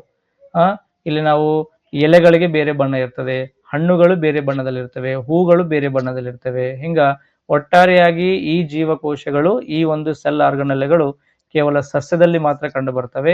ಇನ್ನು ಮನುಷ್ಯನ ಬಗ್ಗೆ ಕನ್ಫ್ಯೂಸ್ ಮಾಡ್ಕೋಬೇಡ್ರಿ. ಮನುಷ್ಯನೇ ಬೇರೆ ಬೇರೆ ಬಣ್ಣಕ್ಕೆ ನಿಮ್ಗೆ ಗೊತ್ತು, ರಕ್ತ ಅಂತ ಬಂದಾಗ ಹಿಮೋಗ್ಲೋಬಿನ್, ಚರ್ಮ ಅಂತ ಬಂದಾಗ ಮೆಲಾನಿನ್, ಮತ್ತೆ ಕಣ್ಣು ಅಂತ ಬಂದಾಗ ಮೆಲಾನಿನ್, ಕೂದಲು ಅಂತ ಬಂದಾಗ ಕೆರಾಟಿನ್. ಹಿಂಗ ಮನುಷ್ಯನಿಗೆ ಸಹಿತ ಬೇರೆ ಬೇರೆ ಪ್ಲಾಸ್ಟಿಡ್ಗಳಿದಾವೆ. ಅವಕ್ಕೆ ನಾವು ವರ್ಣಕಗಳು, ಪಿಗ್ಮೆಂಟ್ಗಳು ಅಂತ ಕರಿತೀವಿ. ಹಂಗ ಸಸ್ಯಗೂ ಸಹಿತ ಬೇರೆ ಬೇರೆ ಬಣ್ಣಗಳನ್ನು ಕೊಡುವಂತ ವಸ್ತುಗಳು ನಾವು ಇಲ್ಲಿ ಪ್ಲಾಸ್ಟಿಡ್ಗಳು ಅಂತ ಕರಿತೀವಿ. ಸೊ ಇಲ್ಲಿ ನಾವು ಮುಖ್ಯವಾಗಿ ಸ್ಟಡಿ ಮಾಡಕ್ ಏನ್ ಸ್ಟಡಿ ಮಾಡ್ತೀವಿ ಅಂತಂದ್ರೆ, ಕ್ಲೋರೋಪ್ಲಾಸ್ಟ್ ಬಗ್ಗೆ ನಾವು ಸ್ಟಡಿ ಮಾಡ್ತೀವಿ. ಇದನ್ನ ನಾವು ಪತ್ರ ಹರಿತು, ಕ್ಲೋರೋಪ್ಲಾಸ್ಟ್ ಅಂತ ಕರಿತೀವಿ. ಇದ್ರ ಮೇಲೆ ಮ್ಯಾಕ್ಸಿಮಮ್ ನಿಮ್ಗೆ ಒಂದು ಕ್ವಶನ್ ಬರುವಂತ ಸಾಧ್ಯತೆ ಇರ್ತದೆ ನೋಡ್ರಿ. Very important. ಇದ್ರ ಮೇಲೆ ನಾವು ಮ್ಯಾಕ್ಸಿಮಮ್ ಇನ್ಫಾರ್ಮೇಶನ್ ಕೊಡುವಂತ ಪ್ರಯತ್ನ ಮಾಡ್ತೀನಿ. ಕರೆಕ್ಟ್ ಆಗಿ ನೀವು ನೋಟ್ ಮಾಡ್ಕೊಳ್ಳಿ. ಕ್ಲೋರೋಪ್ಲಾಸ್ಟ್ಗಳು ಎಲ್ಲಿ ಕಂಡು ಬರ್ತವೆ ಅಂತಂದ್ರ, ಕೇವಲ ಸಸ್ಯ ಜೀವಕೋಶದಲ್ಲಿ ಮಾತ್ರ ಕಂಡು ಬರ್ತವೆ. ಎಲ್ಲಿ ಕಂಡು ಬರ್ತವೆ? ಸಸ್ಯ ಜೀವಕೋಶದಲ್ಲಿ ಮಾತ್ರ ಕಂಡು ಬರ್ತವೆ. ನಿಮಗೆ ಗೊತ್ತಲ್ಲ, ಸಸ್ಯಗಳನ್ನ ನಾವೇನಂತ ಕರಿತೀವಿ? ಸ್ವಪೋಷಕಗಳು ಅಂತ ಕರಿತೀವಿ. ಯಾವ ಪೋಷಕಗಳು? ಸ್ವಪೋಷಕಗಳು. ಆಟೋಟ್ರೋಪ್ಸ್. ಯಾವ ಟ್ರೋಪ್ಸು? ಆಟೋಟ್ರೋಪ್ಸ್. ಆಟೋಟ್ರೋಪ್ಸ್ ನಥಿಂಗ್ ಬಟ್ ಅಂತಾರೆ, ಯಾವ ಜೀವಿಗಳು ತಮ್ಮ ಆಹಾರವನ್ನು ತಾವೇ ತಯಾರು ಮಾಡ್ಕೊಳ್ತಾವೋ ಅವುಗಳನ್ನ ನಾವು ಸ್ವಪೋಷಕಗಳು, ಸ್ವಾವಲಂಬಿ ಜೀವಿಗಳು ಅಂತ ಕರಿತೀವಿ. ಹಂಗ ಸಸ್ಯ ಸ್ವಾವಲಂಬಿ ಆಗಬೇಕಾದ್ರ ಕಾರಣ ಏನು? ತಮ್ಮ ಆಹಾರವನ್ನು ತಾವೇ ಹೆಂಗ್ ತಯಾರು ಮಾಡ್ಕೊಳ್ತದೆ ಅಂತಂದ್ರೆ, ಈ ಕ್ಲೋರೋಪ್ಲಾಸ್ಟೇ ತನ್ನ ಫುಡ್ ಅನ್ನು ತಾನೇ ತಯಾರು ಮಾಡ್ಕೊಳ್ಳಕ್ಕೆ ಸಹಾಯ ಮಾಡುವಂತ ಒಂದು ಸೆಲ್ ಆರ್ಗನಲ್ಲೇ. ಇದೇ ಸೂರ್ಯನ ಕಿರಣಗಳಿಂದ ಫೋಟೋಸಿಂಥಸಿಸ್ ಎಂಬ ಪ್ರೊಸೆಸ್ ಇಂದ ತಯಾರಾಗ್ತದೆ. ಕೇಳ್ತಾ ನಿಮ್ಗೆ, ಯಾಕೆ ತಮ್ಮ ಆಹಾರವನ್ನು ತಾವೇ ತಯಾರು ಮಾಡ್ಕೊಳ್ತೇವೆ ಅಂತಂದ್ರೆ, ಫೋಟೋಸಿಂಥಸಿಸ್, ದ್ಯುತಿ ಸಂಶ್ಲೇಷಣೆ ಕ್ರಿಯೆಯಿಂದ ಏನಾಗ್ತದೆ? ಸಸ್ಯಗಳು ತಮ್ಮ ಆಹಾರವನ್ನು ತಾವೇ ತಯಾರು ಮಾಡ್ಕೊಳ್ತವೆ. ಏನ್ ಸರ್ ಫೋಟೋಸಿಂಥಸಿಸ್ ಅಂದ್ರೆ? ಬಹಳ ಸಿಂಪಲ್ ನೋಡ್ರಿ. ಫೋಟೋಸಿಂಥಸಿಸ್ ಮೀನಿಂಗ್ ಏನಂದ್ರೆ, ಇಲ್ಲಿ ಸನ್ ಲೈಟ್, ಯಾವ ಲೈಟ್? ಸನ್ ಲೈಟ್ ಏನಾಗ್ತದೆ, ಅಥವಾ ಸನ್ ಎನರ್ಜಿ, ಅಥವಾ ಇಂಡೈರೆಕ್ಟ್ ಆಗಿ ಲೈಟ್ ಎನರ್ಜಿ, ಬೆಳಕಿನ ಶಕ್ತಿ ಏನಾಗ್ತದೆ? ಕೆಮಿಕಲ್ ಎನರ್ಜಿಯಾಗಿ ಕನ್ವರ್ಟ್ ಆಗ್ತದೆ, ರಾಸಾಯನಿಕ ಶಕ್ತಿಯಾಗಿ ಬದಲಾಗುವುದನ್ನೇ ನಾವು ದ್ಯುತಿ ಸಂಶ್ಲೇಷಣೆ ಕ್ರಿಯೆ ಅಂತ ಕರಿತೀವಿ. ಸುಮಾರು ಬಾರಿ ಎಕ್ಸಾಮ್ ನಲ್ಲಿ ಕೇಳ್ತಾರೆ ನೋಡಿ ಕ್ವಶನ್. ಸೊ ಇಲ್ಲಿ ಬೆಳಕಿನ ಶಕ್ತಿಯು ರಾಸಾಯನಿಕ ಶಕ್ತಿಯಾಗಿ ಬದಲಾವಣೆ ಆಗುವುದನ್ನು ಏನಂತ ಕರಿತೀವಿ? ದ್ಯುತಿ ಸಂಶ್ಲೇಷಣೆ ಕ್ರಿಯೆ. ಇದು ಒಂದು ಸಸ್ಯದ ಎಲೆ ಇದೆ ಅಂತ ತಿಳ್ಕೊಳ್ಳಿದೆ. ಏನಿದೆ? ಒಂದು ಎಲೆಯ ಭಾಗ ಇದೆ, ಯಾವುದೋ ಒಂದು ಎಲೆ. ಈ ಎಲೆಯಲ್ಲಿ ಏನಿರ್ತದೆ? ನಮಗೆ ಕ್ಲೋರೋಪ್ಲಾಸ್ಟ್ಗಳು ಸುಮಾರು ನೂರಾರು ಮಿಲಿಯನ್ ಗಟ್ಟಲೆ, ಲಕ್ಷ ಗಟ್ಟಲೆ ಏನಿರ್ತವೆ. ಇಲ್ಲಿ ಸಣ್ಣ ಸಣ್ಣದಾಗಿರುವಂತ ಕ್ಲೋರೋಪ್ಲಾಸ್ಟ್ಗಳಂತ ಇರ್ತವೆ. ಅವಾಗ ಈ ಎಲೆ ಈ ರೀತಿ ಇಡ್ಬೇಕಾದ್ರದ ಕಾರಣ ಏನಂತಂದ್ರೆ, ಒಂದು ಸಸ್ಯಗೆ ಈ ರೀತಿ ಒಂದು ಎಲೆ ಇರ್ತದೆ. ಅವಾಗ ಈ ಸಸ್ಯ ಏನ್ ಮಾಡ್ತದೆ? ಬೇರುಗಳಲ್ಲಿರುವಂತ ನೀರು ಅಂದ್ರ H2O, ವಾತಾವರಣದಲ್ಲಿರುವಂತ ಕಾರ್ಬನ್ ಡೈಆಕ್ಸೈಡ್, ಇವೆರಡನ್ನೂ ಕೂಡಿಸ್ಕೊಂಡು ಈ ಎಲೆ ಮೇಲೆ ಸನ್ಲೈಟ್ ಬಿದ್ದಾಗ ಅವಾಗ ಏನಾಗ್ತದೆ, ಅಲ್ಲಿ ಕೆಮಿಕಲ್ ಎನರ್ಜಿ ಆಗಿ ತಯಾರಾಗ್ತದೆ. ಎಲೆಗಳೇನ್ ಮಾಡ್ತವೆ ಅಥವಾ ಬೇರುಗಳು, ಸಸ್ಯಗಳೇನ್ ಮಾಡ್ತವೆ, ಬೇರುಗಳಲ್ಲಿರುವಂತ ನೀರನ್ನು ಮತ್ತೆ ವಾತಾವರಣದ ಕಾರ್ಬನ್ ಡೈಆಕ್ಸೈಡ್ ಹೀರಿಕೊಂಡು ಸೂರ್ಯನ ಬೆಳಕಿನ ಸಹಾಯದಿಂದ ತಮ್ಮ ಶಕ್ತಿಯನ್ನು ತಾವೇ ತಯಾರು ಮಾಡ್ಕೊಳ್ತವೆ. ಹೆಂಗ ಅಂದ್ರೆ ಹಿಂಗ ನೋಡ್ರಿ, ಬೇರುಗಳಿರುವಂತ ನೀರು ಅಂದ್ರೆ ಏನ್ ಕರಿತೀವಿ, H2O. ವಾತಾವರಣದಲ್ಲಿರುವಂತ ಕಾರ್ಬನ್ ಡೈಆಕ್ಸೈಡ್ ಅಂದ್ರೆ ಕಾರ್ಬನ್ ಡೈಆಕ್ಸೈಡ್ ತಗೋತೀವಿ, ಬೇರುಗಳಂತ ನೀರು ಅಂದ್ರೆ H2O ಅಂತ ತಗೋತೀವಿ. ಅವಾಗ ಎರಡು ಮಿಕ್ಸ್ ಆಗ್ಬಿಟ್ಟು ನಮಗೆ ಎನರ್ಜಿ ಯಾವ ರೂಪದಲ್ಲಿ ತಯಾರಾಗ್ತದೆ, ಗ್ಲೂಕೋಸ್. ಏನು, ಗ್ಲೂಕೋಸ್, C6H12O6, C6H12O6. ಇದೆ ನಿಮಗೆ ನೆಕ್ಸ್ಟ್ ಟಾಪಿಕ್ ಕಾರ್ಬೋಹೈಡ್ರೇಟ್ಸ್ ಅಂತಿದೆ, ಅಲ್ಲಿ ನಿಮ್ಗೆ ಇದ್ರ ಬಗ್ಗೆ ನಿಮ್ಗೆ ತಿಳಿಸ್ಕೊಡ್ತೀನಿ. ಸೊ ವಾತಾವರಣದಲ್ಲಿರುವಂತ ಕಾರ್ಬನ್ ಡೈಆಕ್ಸೈಡ್, ಗಾಳಿಯಲ್ಲಿ ಸಸ್ಯದ ಬೇರುಗಳಲ್ಲಿರುವಂತ ನೀರು ಎರಡು ಕೂಡ್ಕೊಂಡು ಇಲ್ಲೇ ಏನ್ ಲೈಟ್ ಎಲ್ಲಿ ಬೀಳ್ಬೇಕು, ಇಲ್ಲಿ ಸನ್ ಲೈಟ್ ಬೀಳ್ಬೇಕು. ಇಲ್ಲಿ ಯಾವ ಲೈಟು, ಸನ್ಲೈಟ್. ಇದೇ ಒಂದು ಭಾಗ ಎಲೆಯ ಭಾಗ ಅಂತ ತಿಳ್ಕೊಡೋದು, ಎಲೆಯ ಭಾಗ ಇದು. ಇಲ್ಲಿ ಎಂತ ಆಗಬೇಕು, ಸನ್ ಲೈಟ್ ಬೀಳ್ಬೇಕು. ಅವಾಗ C6H12O6 plus 6 times of O2 ಅಂತ ಏನಾಗ್ತದೆ, ಬಿಡುಗಡೆ ಆಗ್ತದೆ. ನಮಗೆ ಏನ್ ಬಿಡುಗಡೆ ಆಗ್ತದೆ, 6O2 ಅಂತ ಬಿಡುಗಡೆ ಆಗ್ತದೆ. ಸರ್ ಇಲ್ಲಿ ನೋಡಿದ್ರೆ ಕಾರ್ಬನ್ ಒಂದೇ ಐತಿ, ಇಲ್ಲಿ ನೋಡಿದ್ರೆ ಕಾರ್ಬನ್ 6 ಐತಿ ಅಂದ್ರ ಹೌದ್ರಿ, ರಿಯಾಕ್ಷನ್ ಬ್ಯಾಲೆನ್ಸ್ ಮಾಡ್ಬೇಕು ನಾವು. ವಾತಾವರಣದಲ್ಲಿರುವಂತಹ 6 ಕಣಗಳ ಕಾರ್ಬನ್ ಡೈಆಕ್ಸೈಡ್ ಮತ್ತೆ 6 ಕಣಗಳ H2O ಎರಡು ಸೇರಿದಾಗ ನಮಗೆ C6H12O6 ಗ್ಲೂಕೋಸ್ ಮತ್ತೆ ಏನ್ ತಯಾರಾಗ್ತದೆ, O2. ಇದೇ O2 ಕೆಮಿಕಲ್ ನೋಡಿದ್ವಿ, ಇದನ್ನು ನಾವು ಏನಂತ ಕರಿತೀವಿ, ಜೀವವಾಯು, ಪ್ರಾಣವಾಯು ಅಂತ ಕರಿತೀವಿ. ಇದೇ ಭೂಮಿ ಮೇಲೆ ನಮಗೆ ಸದ್ಯಕ್ಕೆ 21% ಇದೆ ಅಂತ ನೋಡ್ತೀವಿ. ಇದೇ ನನ್ನ ಜೀವವಾಯು, ಪ್ರಾಣವಾಯು, ಉಸಿರಾಟಕ್ಕೆ ಬಳಕೆ ಆಗುವಂತ ಆಮ್ಲಜನಕ ಯಾವುದು, O2. ಅಂದ್ರೆ ಇಲ್ಲಿ ಕ್ಲಿಯರ್ ಆಗಿ ಗೊತ್ತಾಗ್ತದೆ, ನಾವು ಉಸಿರಾಟಕ್ಕೆ ಬಳಸಿಕೊಳ್ಳುವಂತ ಆಮ್ಲಜನಕ ಯಾವುದರಿಂದ ಬಿಡುಗಡೆ ಆಗ್ತಾ ಇದೆ, ಯಾವುದರಿಂದ ಬಿಡುಗಡೆ ಆಗ್ತಾ ಇದೆ, ದ್ವಿತೀಯ ಸಂಶ್ಲೇಷಣೆ ಕ್ರಿಯೆಯಿಂದ ಬಿಡುಗಡೆ ಆಗ್ತಾ ಇದೆ. ಯಾವುದು, ದ್ವಿತೀಯ ಸಂಶ್ಲೇಷಣೆ ಕ್ರಿಯೆಯಿಂದನೇ ಬಿಡುಗಡೆ ಆಗ್ತಾ ಇದೆ. ಒಂದ್ ವೇಳೆ ನಮ್ಗೆ ದ್ವಿತೀಯ ಸಂಶ್ಲೇಷಣೆ ಬಿಡುಗಡೆ ಆಗ್ತಿರ್ಲಿಲ್ಲ, ದ್ವಿತೀಯ ಸಂಶ್ಲೇಷಣೆ ಪ್ರೊಸೆಸ್ ಇರ್ಲಿಲ್ಲ ಅಂತಂದ್ರೆ ನಮ್ಗೆ ಏನಾಗ್ತಿತ್ತು, ನಮ್ಗೆ ಉಸಿರಾಟ ಮಾಡುವಂತ ಆಮ್ಲಜನಕ ನಮ್ಗೆ ಸರಿಯಾಗಿ ಬಿಡುಗಡೆ ಆಗ್ತಿರ್ಲಿಲ್ಲ. ಅಂದ್ರೆ ಬಹಳ ಸೈಂಟಿಫಿಕ್ ಆಗಿ ಹೋದ್ರೆ ನಾವು ಬದುಕೋದು ಸಸ್ಯಗಳು ನೀಡಿರುವಂತ ಭಿಕ್ಷೆ ಅಂತ ನೋಡ್ತೀನಿ ನಾನು. ಭೂಮಿಯಲ್ಲಿ ಸಸ್ಯಗಳು ನಮ್ಗೆ ನೀಡುವಂತ ಒಂದು ಭಿಕ್ಷೆ, ಅವುಗಳೇ ಇರ್ಲಿಲ್ಲ ಅಂತಂದ್ರೆ ನಮ್ಗೆ ನಿರ್ದಿಷ್ಟ ಪ್ರಮಾಣದ ಆಮ್ಲಜನಕ ನಮ್ಗೆ ಸಿಗಲ್ಲ. ಸೊ ಇದೆಲ್ಲಾ ಪ್ರೊಸೆಸ್ ಎಲ್ಲಿ ನಡೀತದಪ್ಪ ಅಂತಂದ್ರೆ ಕ್ಲೋರೋಪ್ಲಾಸ್ಟ್ ಅಲ್ಲಿ ನಡೀತದೆ. ನೋಡ್ರಿ, ಎಲ್ಲಿ ನಡೀತದೆ ಈ ಪ್ರೊಸೆಸ್, ಕ್ಲೋರೋಪ್ಲಾಸ್ಟ್ ಅಲ್ಲಿ ನಡೀತದೆ. ಎಷ್ಟು ಎಲೆಗಳವನೋ ಅಷ್ಟು ಎಲೆಗಳಲ್ಲಿ ಸಹಿತ ನಮ್ಗೆ ಏನಾಗ್ತದೆ, ಈ ಒಂದು ಪ್ರೊಸೆಸ್ ನಮ್ಗೆ ನಡೀತದೆ. ಇದನ್ನ ನಾವು ಕ್ಲೋರೋಪ್ಲಾಸ್ಟ್ ಅಂತ ಕರಿತೀವಿ. ಇಷ್ಟೇ ಓದಿದ್ರೆ ಸಾಕು. ಬಟ್ ನೀವು ಸ್ವಲ್ಪ ಮೆಥಡಾಲಜಿ ಸ್ಟಡಿ ಮಾಡ್ತಾ ಇರೋದ್ರಿಂದ, ಮಕ್ಕಳಿಗೆ ಪಾಠ ಮಾಡಕ್ ಹೋಗ್ತಾ ಇದ್ರಿ, ಇದ್ರ ಬಗ್ಗೆ ನಿಮ್ಗೆ ಇನ್ನೂ ಡೀಟೇಲ್ ಆಗಿ ಗೊತ್ತಾಗ್ತತಿ. ಈ ಕ್ಲೋರೋಪ್ಲಾಸ್ಟ್ ರಚನೆಯನ್ನು ನಾವು ಸ್ವಲ್ಪ ನೋಡ್ಬೇಕಾಗ್ತತಿ. ಸೊ ಇಂಥವು ಎಷ್ಟಿರ್ತಾವ ಸರ್ ಸಸ್ಯದಾಗ ಅಂದ್ರ ಲಕ್ಷಗಟ್ಲೆ ಇರ್ತಾರ. ಒಂದು ಸಸ್ಯದ ಎಲೆಯಲ್ಲಿ ಇಂಥವು ಚಿಕ್ಕದಾಗಿರುವಂತಹ ಸುಮಾರು ರೀತಿಯಾಗಿರುವಂತಹ ಕ್ಲೋರೋಪ್ಲಾಸ್ಟ್ಗಳು ನಮಗೆ ಕಂಡು ಬರ್ತವೆ. ಅದರಲ್ಲಿ ಒಂದು ನಿಮ್ಗೆ ಇಲ್ಲಿ ನಾನು ತಗೊಂಡ್ ಬಂದೇನೆ, ಒಂದು ಚಿತ್ರ ಹಾಕಿದ್ದೀನಿ. ಇದಕ್ಕೆ ನಾವು ಕ್ಲೋರೋಪ್ಲಾಸ್ಟ್ ಅಂತ ಕರಿತೀವಿ. ಏನ್ ಸರ್ ಇದು, ಹೆಂಗ್ ಅರ್ಥ ಮಾಡ್ಕೋಬೇಕು ನಾವು? ಚಿತ್ರದ ಮೇಲೆ ಏನ್ ಕ್ವಶನ್ ಕೇಳ್ತಾನ ಅಂತಂದ್ರೆ, ಕೇಳಿರ್ಬೋದು ನೀವು ಯಾವಾಗಾರ ಒಂದು ಕ್ವಶನ್ ಕೇಳಿರ, ಏನು ರಾತ್ರಿ ಟೈಮ್ನಾಗ ಗಿಡದ ಕೆಳಗೆ ಮಕ್ಕೋಬಾರದು ಅಂತ ಹೇಳ್ತಿರ್ತಾರೆ. ಕೇಳಿರ ವರ್ಡ್ ಇದು, ರಾತ್ರಿ ಟೈಮ್ನಾಗ ಗಿಡದ ಕೆಳಗೆ ಮಕ್ಕೋಬಾರದು ಅಂತ ಎಂದಿರ್ತಾರೆ. ಇದು ಯಾಕೆ, ಸೈಂಟಿಫಿಕ್ ರೀಸನ್ ಏನಿದೆ ಅಂತ ಹೇಳಿ ನಾವಿಲ್ಲಿ ಈ ಒಂದು ಕಾಂಬಿನೇಷನ್ ಅಲ್ಲಿ ನೋಡ್ತಾ ಹೋಗ್ತಿದ್ವಿ. ಇದನ್ನು ನಾವು ಕ್ಲೋರೋಪ್ಲಾಸ್ಟ್ ಅಂತ ಕರಿತೀವಿ. ನೋಡ್ರಿ, ಸಾಮಾನ್ಯವಾಗಿ ಕ್ಲೋರೋಪ್ಲಾಸ್ಟ್ ಅದು ಡಬಲ್ ಬಾಂಡ್ ಇರೋದು. ಇದು ಅಂದ್ರ ಡಬಲ್ ಮೆಂಬ್ರೇನ್, ಎರಡು ಮೆಂಬ್ರೇನ್ ಅದಾವೆ, ಒಂದು ಇನ್ನರ್ ಮೆಂಬ್ರೇನ್, ಇನ್ನೊಂದು ಔಟರ್ ಮೆಂಬ್ರೇನ್ ಅಂತ ಐತಿ. ಇದು ನೋಡ್ರಿ, ಇದು ಇನ್ನರ್ ಮೆಂಬ್ರೇನ್ ಐತಿ, ಇದು ಔಟರ್ ಮೆಂಬ್ರೇನ್ ಐತಿ. ಎರಡು ಪೊರೆಗಳಿಂದ ಕೂಡಿರುವಂತ ಒಂದು ಜೀವಕೋಶದ ಕಣದಂಗ ಅಂತ ನೋಡ್ತೀವಿ. ಈ ಇನ್ನರ್ ಮೆಂಬ್ರೇನ್ ಅಲ್ಲಿ ಒಳಗಡೆ ಎರಡು ವಿಶೇಷವಾಗಿರುವಂತ ರಚನೆಗಳು ಕಂಡು ಬರ್ತವೆ. ಒಂದನ್ನು ನಾವು ಗ್ರಾಣ ಅಂತ ಕರಿತೀವಿ, ಇನ್ನೊಂದು ಸ್ಟ್ರೋಮಾ ಅಂತ ಕರಿತೀವಿ. ಅಂದ್ರೆ ಇದೇನು ಕ್ಲೋರೋಪ್ಲಾಸ್ಟ್ ಐತಿ ನೋಡ್ರಿ, ಒಳಗಡೆ ಒಂದು ಲಿಕ್ವಿಡ್ ಅದ, ಒಂದು ಒಂದು ದ್ರವ ಪದಾರ್ಥ ಐತಿ. ಈ ಒಂದು ದ್ರವ ಪದಾರ್ಥವನ್ನೇ ನಾವು ಸ್ಟ್ರೋಮಾ ಅಂತ ಕರಿತೀವಿ. ಏನಂತ ಕರಿತೀವಿ? ಸ್ಟ್ರೋಮಾ ಎಲ್ಲಿ ಕಂಡು ಬರ್ತದೆ? ಕ್ಲೋರೋಪ್ಲಾಸ್ಟ್ ಅಲ್ಲಿ ಕಂಡು ಬರ್ತದೆ. ಯಾವ ರೂಪದಲ್ಲಿದೆ? ದ್ರವ ರೂಪದಲ್ಲಿದೆ. ಇನ್ನು ಇಲ್ಲಿ ಒಳಗಡೆ ಹಿಂಗ ಬಿಲ್ಲೆ ಆಕಾರದಲ್ಲಿ ಒಂದು ಬಿಸ್ಕೆಟ್ ಇದ್ದಂಗ 1, 2, 3 ಹಿಂಗ್ ಬಿಸ್ಕೆಟ್ ಅವ ನೋಡ್ರಿ, ಹಿಂಗ ಬಿಸ್ಕೆಟ್ ಇದ್ದಂಗ ಅದಾವ. ಇದಕ್ಕೆ ಏನಂತ ಕರೀತಾರ? ಗ್ರಾಣ ಅಂತ ಕರೀತಾರೆ. ಗ್ರಾಣ ಏನಂತ ಕರೀತಾರ? ಗ್ರಾಣ ಅನ್ನೋದು ಸಿಂಗುಲರ್, ಏಕವಚನ. ಅನೇಕ ಈ ರೀತಿ ಗ್ರಾಣ ಕೂಡಿದಾಗ ಅದು ಗ್ರಾಣಂ ಅಂತ ಕರಿತೀವಿ. ಇಂಡೈರೆಕ್ಟ್ ಆಗಿ ಇದಕ್ಕೆ ಗ್ರಾಣ ಅಂತ ಕರಿತೀವಿ. ಗ್ರಾಣ ಅರ್ಥ ಆಗುತ್ತಲ್ಲ? ಸೊ ಒಂದು ಕ್ಲೋರೋಪ್ಲಾಸ್ಟ್ ಅಲ್ಲಿ ಎರಡು ಭಾಗದವೆ, ಒಂದು ದ್ರವ ಇದೆ, ದ್ರವ ಪದಾರ್ಥ ಇದೆ, ದ್ರವವನ್ನು ನಾವು ಸ್ಟ್ರೋಮಾ ಅಂತ ಕರಿತೀವಿ. ಈ ರೀತಿ ಬಿಲ್ಲೆ ಆಕಾರದಲ್ಲಿ ಇನ್ನೊಂದು ರಚನೆಗಳು ಕಂಡು ಬರ್ತವೆ, ಇವುಗಳನ್ನ ನಾವು ಗ್ರಾಣ ಅಂತ ಕರಿತೀವಿ. ಇವೆರಡಕ್ಕೆ ಏನ್ ಡಿಫ್ರೆನ್ಸ್ ಯಾಕೆ ಹೇಳತ್ತೀರಿ ಅಂತಂದ್ರೆ, ಈ ಸ್ಟ್ರೋಮಾ ಎಂಬ ಭಾಗದಲ್ಲಿ ಈರುಳಿನಲ್ಲಿ, ಯಾವಾಗ ಈರುಳಿನಲ್ಲಿ ಅಥವಾ ಕತ್ತಲೆಯಲ್ಲಿ ಫೋಟೋಸಿಂಥಸಿಸ್ ಕ್ರಿಯೆ ನಡೀತದೆ. ಯಾವಾಗ ರಾತ್ರಿ ಟೈಮಲ್ಲಿ ನಡೆಯೋದು ಈ ಒಂದು ದ್ರವದಲ್ಲಿ, ಬೆಳಕಿನಲ್ಲಿ ನಡಿಬೇಕಾದ್ರೆ ಈ ಗ್ರಾಣ ಎಂಬ ಭಾಗದಲ್ಲಿ ನಡೀತದೆ. ಇದನ್ನು ನಾವು ಹಗಲು ಅಂತ ಕರಿತೀವಿ. ಹಗಲಿನಲ್ಲಿ ಫೋಟೋಸಿಂಥಸಿಸ್ ಎಲ್ಲಿ ನಡೀತದೆ? ಈ ಗ್ರಾಣ ಎಂಬ ಭಾಗದಲ್ಲಿ ನಡೀತದೆ. ಈರುಳಿನಲ್ಲಿ ಎಲ್ಲಿ ನಡೀತದೆ? ಸ್ಟ್ರೋಮಾ ಎಂಬ ಭಾಗದಲ್ಲಿ ಈರುಳಿ ನಡೀತದೆ. ಅಂದ್ರೆ ಸಸ್ಯದ ಎಲೆಯಲ್ಲಿ ಎರಡೂ ಸಂದರ್ಭದಲ್ಲಿ ಡಿಫರೆಂಟ್ ಆಗಿರುವಂತಹ ಫೋಟೋಸಿಂಥಸಿಸ್ ನಡೆದು ನಾವು ನೋಡ್ತೀವಿ ಇಲ್ಲಿ. ಹಾಗಾಗಿ ಇಲ್ಲಿ ಸ್ಟ್ರೋಮಾ ಎಂಬ ನಡೆಯೋದಲ್ಲಿ ನಾವು ರಾತ್ರಿ ವೇಳೆ ನಡೀತೀವಿ, ಮತ್ತೆ ಹಗಲಿನಲ್ಲಿ ನಡಿಬೇಕಾದ್ರೆ ಗ್ರಾಣ ಎಂಬ ಭಾಗದಲ್ಲಿ ನಡೀತದೆ. ಹಂಗಾಗಿ ಇಲ್ಲಿ ಎರಡಕ್ಕೂ ರಿಯಾಕ್ಷನ್ಸ್ ಅಂತ ಕರಿತೀವಿ. ಇಲ್ಲಿ ಲೈಟ್ ರಿಯಾಕ್ಷನ್ ಮತ್ತು ಡಾರ್ಕ್ ರಿಯಾಕ್ಷನ್ಸ್ ಅಂತ ಬರ್ತದೆ. ಸೊ ಡಾರ್ಕ್ ರಿಯಾಕ್ಷನ್ಸ್ ಅಂದ್ರೆ ಹಗಲಿನಲ್ಲಿ ಈರುಳಿನಲ್ಲಿ ನಡೆಯುವಂತ ಕ್ರಿಯೆಯನ್ನು ಡಾರ್ಕ್ ರಿಯಾಕ್ಷನ್, ಹಗಲಿನಲ್ಲಿ ನಡೆಯುವಂತ ರಿಯಾಕ್ಷನ್ ನಾವು ಲೈಟ್ ರಿಯಾಕ್ಷನ್ಸ್ ಅಂತ ಕರಿತೀವಿ. ಸೊ ಎರಡಕ್ಕೆ ಏನ್ ಡಿಫ್ರೆನ್ಸ್ ಇದೆ ಅನ್ನೋದು ನಾವು ಮುಂದಿನ ಸ್ಲೈಡ್ ಅಲ್ಲಿ ನೋಡ್ತೀವಿ. ಇಲ್ಲಿ ಒಂದು ಗ್ರಾಣಂ, ಇದೊಂದು ಗ್ರಾಣಂ ಐತಲ್ರಿ, ಇವೆರಡನ್ನು ಕನೆಕ್ಟ್ ಮಾಡುವಂತ ಒಂದು ಕನೆಕ್ಟಿಂಗ್ ಬರ್ತದೆ. ಇದನ್ನ ನಾವು ಥೈಲಕಾಯ್ಡ್ ಅಂತ ಕರಿತೀವಿ. ಏನು? ಥೈಲಕಾಯ್ಡ್. ನೋಡಿ, ಇವೆಲ್ಲ ಬಯೋಲಾಜಿಕಲ್ ವರ್ಡ್, ಸ್ವಲ್ಪ ಡಿಫ್ರೆನ್ಸ್ ಇರ್ತವೆ, ನೆನ್ಪಿಟ್ಕೋಬೇಕು. ಇಲ್ಲಿ 3 ಹೊಸದಾಗಿ ವರ್ಡ್ ಕೇಳ್ತಾ ಇದ್ದಾರೆ: ಗ್ರಾಣ, ಸ್ಟ್ರೋಮಾ ಮತ್ತು ಥೈಲಕಾಯ್ಡ್. ಸ್ಟ್ರೋಮಾ ಅಂದ್ರೆ ಏನಿಲ್ಲ, ಬರೀ ಲಿಕ್ವಿಡ್ ಪಾರ್ಟ್, ಬಿಟ್ಬಿಡ್ರದಕ್ಕ. ಇನ್ನು ಸಣ್ಣ ಸಣ್ಣ ಬಿಸ್ಕಿಟ್ ಆದ್ರ ಬಿಲ್ಲೆ ಆಕಾರದಲ್ಲದವಲ್ಲ, ಇದಕ್ಕೆ ನಾವು ಗ್ರಾಣ ಅಂತ ಕರಿತೀವಿ. ಈ ಗ್ರಾಣಮನ್ನು ಕೂಡಿಸುವಂತ ಒಂದು ಕನೆಕ್ಟಿಂಗ್ ಬರ್ತದೆ, ಅದನ್ನ ನಾವು ಥೈಲಕಾಯ್ಡ್ ಅಂತ ಕರಿತೀವಿ.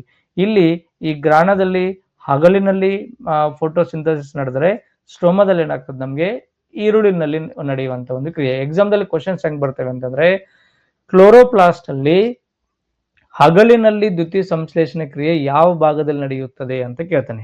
ಯಾವ ಭಾಗದಲ್ಲಿ? ಹಗಲಿನಲ್ಲಿ ಗ್ರಾಣಂನಲ್ಲಿ ನಡೀತದೆ, ಈರುಳಿನಲ್ಲಿ ನಮಗೆ ಸ್ಟ್ರೋಮನಲ್ಲಿ ನಡೀತದೆ. ಈರುಳಿನ ಪ್ರತಿಕ್ರಿಯೆ ಅಂದರೆ ಏನು ಅಂತ ಕೇಳ್ತಾನೆ. ಲೈಟ್ ರಿಯಾಕ್ಷನ್ ಅಂದ್ರೆ ಏನು, ಡಾರ್ಕ್ ರಿಯಾಕ್ಷನ್ಸ್ ಅಂದ್ರೆ ಏನು, ಯಾವ ಸಂದರ್ಭದಲ್ಲಿ ಏನೇನು ಪ್ರೊಡ್ಯೂಸ್ ಆಗ್ತವೆ ಅನ್ನೋ ಕ್ವಶನ್ ನಮಗೆ ಕ್ಲಿಯರ್ ಆಗಿ ನಮಗೆ ಕೇಳ್ತಾನೆ. ಅದಕ್ಕೆ ನಿಮ್ಗೆ ರಾತ್ರಿ ಸಮಯದಲ್ಲಿ ಗಿಡದ ಕೆಳಗೆ ಮಲಗಬಾರದು ಅಂತ ಕರೀತಾರಲ್ಲ, ಯಾಕೆ ಅನ್ನೋದನ್ನು ಇವೆರಡಕ್ಕೂ ಡಿಫ್ರೆನ್ಸ್ ಗೊತ್ತಿದ್ರೆ ನಿಮ್ಗೆ ಈಸಿಯಾಗಿ ಅಂಡರ್ಸ್ಟ್ಯಾಂಡ್ ಆಗ್ತತಿ. ಒಂದು ಡಿಫ್ರೆನ್ಸ್ ನೋಡೋಣ. ಇಲ್ಲಿ ಲೈಟ್ ರಿಯಾಕ್ಷನ್ ಮತ್ತು ಡಾರ್ಕ್ ರಿಯಾಕ್ಷನ್. ಲೈಟ್ ರಿಯಾಕ್ಷನ್ ಅಂದ್ರೆ ಹಗಲಿನ ಪ್ರತಿಕ್ರಿಯೆ. ಯಾವುದು? ಹಗಲಿನ ಪ್ರತಿಕ್ರಿಯೆ. ಇದನ್ನ ನಾವು ಈರುಳಿನ ಪ್ರತಿಕ್ರಿಯೆ ಅಂತ ಕರಿತೀವಿ. ಯಾವ ಪ್ರತಿಕ್ರಿಯೆ? ಈರುಳಿನ ಪ್ರತಿಕ್ರಿಯೆ ಅಥವಾ ರಾತ್ರಿಯ ಪ್ರತಿಕ್ರಿಯೆ ಅಂತ ಕರಿತೀವಿ. ಎರಡಕ್ಕೆ ಏನ್ ಡಿಫ್ರೆನ್ಸ್ ಅದ ರೀ? ಯಾವಾಗ ಲೈಟ್ ಬೇಕಾಗ್ತತಿ, ಯಾವಾಗ ಲೈಟ್ ಬೇಕಾಗಲ್ಲ, ಯಾವ್ದ್ರಲ್ಲಿ ಆಕ್ಸಿಜನ್ ನಮ್ಗೆ ರಿಲೀಸ್ ಆಗ್ತತಿ, ಯಾವ್ದ್ರಲ್ಲಿ ಕಾರ್ಬನ್ ಡೈಆಕ್ಸೈಡ್ ರಿಲೀಸ್ ಆಗ್ತತಿ ಅನ್ನೋದನ್ನ ನಾವಿಲ್ಲಿ ನೋಡಕ್ ಹೋಗ್ತಾ ಇದೀವಿ. ನೋಡಬೇಕು ಲೈಟ್ ರಿಯಾಕ್ಷನ್ ಮತ್ತು ಡಾರ್ಕ್ ರಿಯಾಕ್ಷನ್ ಇವೆರಡಕ್ಕೆ ಏನ್ ವ್ಯತ್ಯಾಸ ಅನ್ನೋದನ್ನ ನೋಡೋಣ. ಸೊ ಲೈಟ್ ರಿಯಾಕ್ಷನ್ ಅದು ಲೈಟ್ ಡಿಪೆಂಡೆಂಟ್ ಆಗಿದೆ, ಅಂದರೆ ಇದು ಬೆಳಕಿನ ಮೇಲೆ ಅವಲಂಬಿತವಾಗಿದೆ. ಇದರ ಮೇಲೆ? ಬೆಳಕಿನ ಮೇಲೆ ಅವಲಂಬಿತವಾಗಿದೆ. ಇದು ಲೈಟ್ ಇಂಡಿಪೆಂಡೆಂಟ್ ಇದೆ, ಅಂದ್ರೆ ಬೆಳಕಿನ ಮೇಲೆ ಅವಲಂಬಿತವಾಗಿಲ್ಲ ಅಂತ ನೋಡ್ತೀವಿ. ಸೊ ಇದಕ್ಕ ಫೋಟೋಸಿಂಥಸಿಸ್ ನಡಿಬೇಕಾದ್ರೆ ಲೈಟ್ ಅವಶ್ಯಕತೆ ಇಲ್ಲ. ಸರ್ ನೀವೇ ಈಗ ಹೇಳಿರಲ್ರಿ ಸೂರ್ಯನ ಬೆಳಕು ಬೇಕಂದಿರಲ್ರಿ ಅಂದ್ರೆ ಹೌದು, ಬೇಕು. ಯಾವಾಗ ಬೇಕು? ಡೇ ಟೈಮ್ ಅಲ್ಲಿ ಮಾತ್ರ ಬೇಕು, ನೈಟ್ ಟೈಮ್ ಅಲ್ಲಿ ನಮ್ಗೆ ಅಷ್ಟೊಂದು ಅವಶ್ಯಕತೆ ಇಲ್ಲ. ಇಲ್ಲಿ ಲೊಕೇಶನ್ ಎಲ್ಲಪ್ಪ ಈ ಲೈಟ್ ರಿಯಾಕ್ಷನ್ ಎಲ್ಲಿ ನಡೀತತಿ ಅಂತಂದ್ರ, ಇದನ್ನ ನಾವು ಗ್ರಾಣ ಎಂಬ ಭಾಗದಲ್ಲಿ ನಡೀತದೆ ಅಂತ ಹೇಳಿ ನಾನು. ಯಾವ ಭಾಗದಲ್ಲಿ? ಗ್ರಾಣ. ಇದು ಯಾವ ಭಾಗದಲ್ಲಿ ನಡೀತದೆ? ಸ್ಟ್ರೋಮಾ. ಸ್ಟ್ರೋಮಾ ಏನಿದೆ? Fluid inside chloroplast. ಫ್ಲೂಯಿಡ್ ಅಂದ್ರೆ ಏನು? ದ್ರವ. ಒಂದು ದ್ರವ ರೂಪದಲ್ಲಿ ಕಂಡು ಬರುವಂತ ವಸ್ತು ಐತಲ್ಲ, ಅದನ್ನ ನಾವೆಂತ ಕರಿತೀವಿ?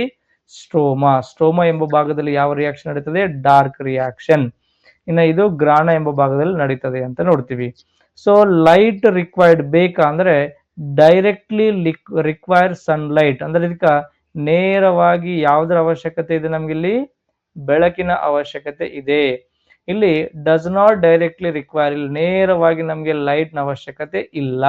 But needs products off from light reactions. But ಆ ಲೈಟ್ ರಿಯಾಕ್ಷನ್ ನ ಕೆಲವೊಂದು ಉತ್ಪನ್ನಗಳು ನಮ್ಗೆ ಬೇಕಾಗ್ತದೆ, ಬಟ್ ನೇರವಾಗಿ ನಮ್ಗೆ ಲೈಟ್ ಅನ್ನೋದು ಬೇಕಾಗಲ್ಲ. ಸರಿ, ಪ್ರಾಡಕ್ಟ್ ಅಂದ್ರೆ ಏನೀಗ ಇಮ್ಯಾಜಿನ್, ಈಗ ಚಂದ್ರನ ಬೆಳಕು ಅಂತ ಬರ್ತದೆ. ರಾತ್ರಿ ಸಮಯದಲ್ಲಿ ನಮ್ಗೆ ಚಂದ್ರನ ಬೆಳಕು ಬರ್ತತಿ, ಅಥವಾ ಯಾವುದೋ ಒಂದು ಗಿಡದ ಪಕ್ಕದಲ್ಲಿ ಒಂದು ಕಂಬ ಇತ್ತಂದ್ರೆ ಆ ಕಂಬದಿಂದ ಲೈಟ್ ಬೀಳ್ತತಿ. ಹಂಗ ಬೇರೆ ಯಾವುದೋ ಸೋರ್ಸ್ ಇಂದ ಅದಕ್ಕೆ ಬೇಕಾಗ್ಬೋದು, ಬಟ್ ಆದ್ರೆ ನೇರವಾಗಿ ಸೂರ್ಯನ ಬೆಳಕಿನ ಅವಶ್ಯಕತೆ ಅದಕ್ಕೆ ಇಲ್ಲ ಅಂತ ನೋಡ್ತೀವಿ. ಇಲ್ಲಿ ಲೈಟ್ ರಿಯಾಕ್ಷನ್ ಅಲ್ಲಿ ಏನೇನು ರಿಸೀವ್ ಮಾಡ್ಕೊಳುತ್ತೆ ಸರ್ ಸಸ್ಯದಗಳು ಅಂತಂದ್ರೆ, ಬೆಳಕನ್ನು ರಿಸೀವ್ ಮಾಡ್ಕೊಳ್ತತಿ, ವಾಟರ್ ಅನ್ನು ರಿಸೀವ್ ಮಾಡ್ಕೊಳ್ತತಿ. ಏನೇನು? ಬೆಳಕನ್ನು ಮತ್ತು ನೀರನ್ನು ಎರಡನ್ನು ರಿಸೀವ್ ಮಾಡ್ಕೊಳ್ತದೆ. ಹೌದಾ? ಎಸ್. ಬಟ್ ಇಲ್ಲಿ ಏನನ್ನ ರಿಸೀವ್ ಮಾಡ್ಕೋತಾ ಇಲ್ಲ ಜಾಸ್ತಿ, ಕಾರ್ಬನ್ ಡೈಆಕ್ಸೈಡ್ ಜಾಸ್ತಿ ರಿಸೀವ್ ಮಾಡ್ಕೋತಾ ಇಲ್ಲ. ಬಟ್ ಇಲ್ಲಿ ನೋಡ್ರಿ ಇನ್ಪುಟ್ ಏನ್ ಬೇಕಿದಕ್ಕ, ಕಾರ್ಬನ್ ಡೈಆಕ್ಸೈಡ್ ಬೇಕು ನೋಡ್ರಿ.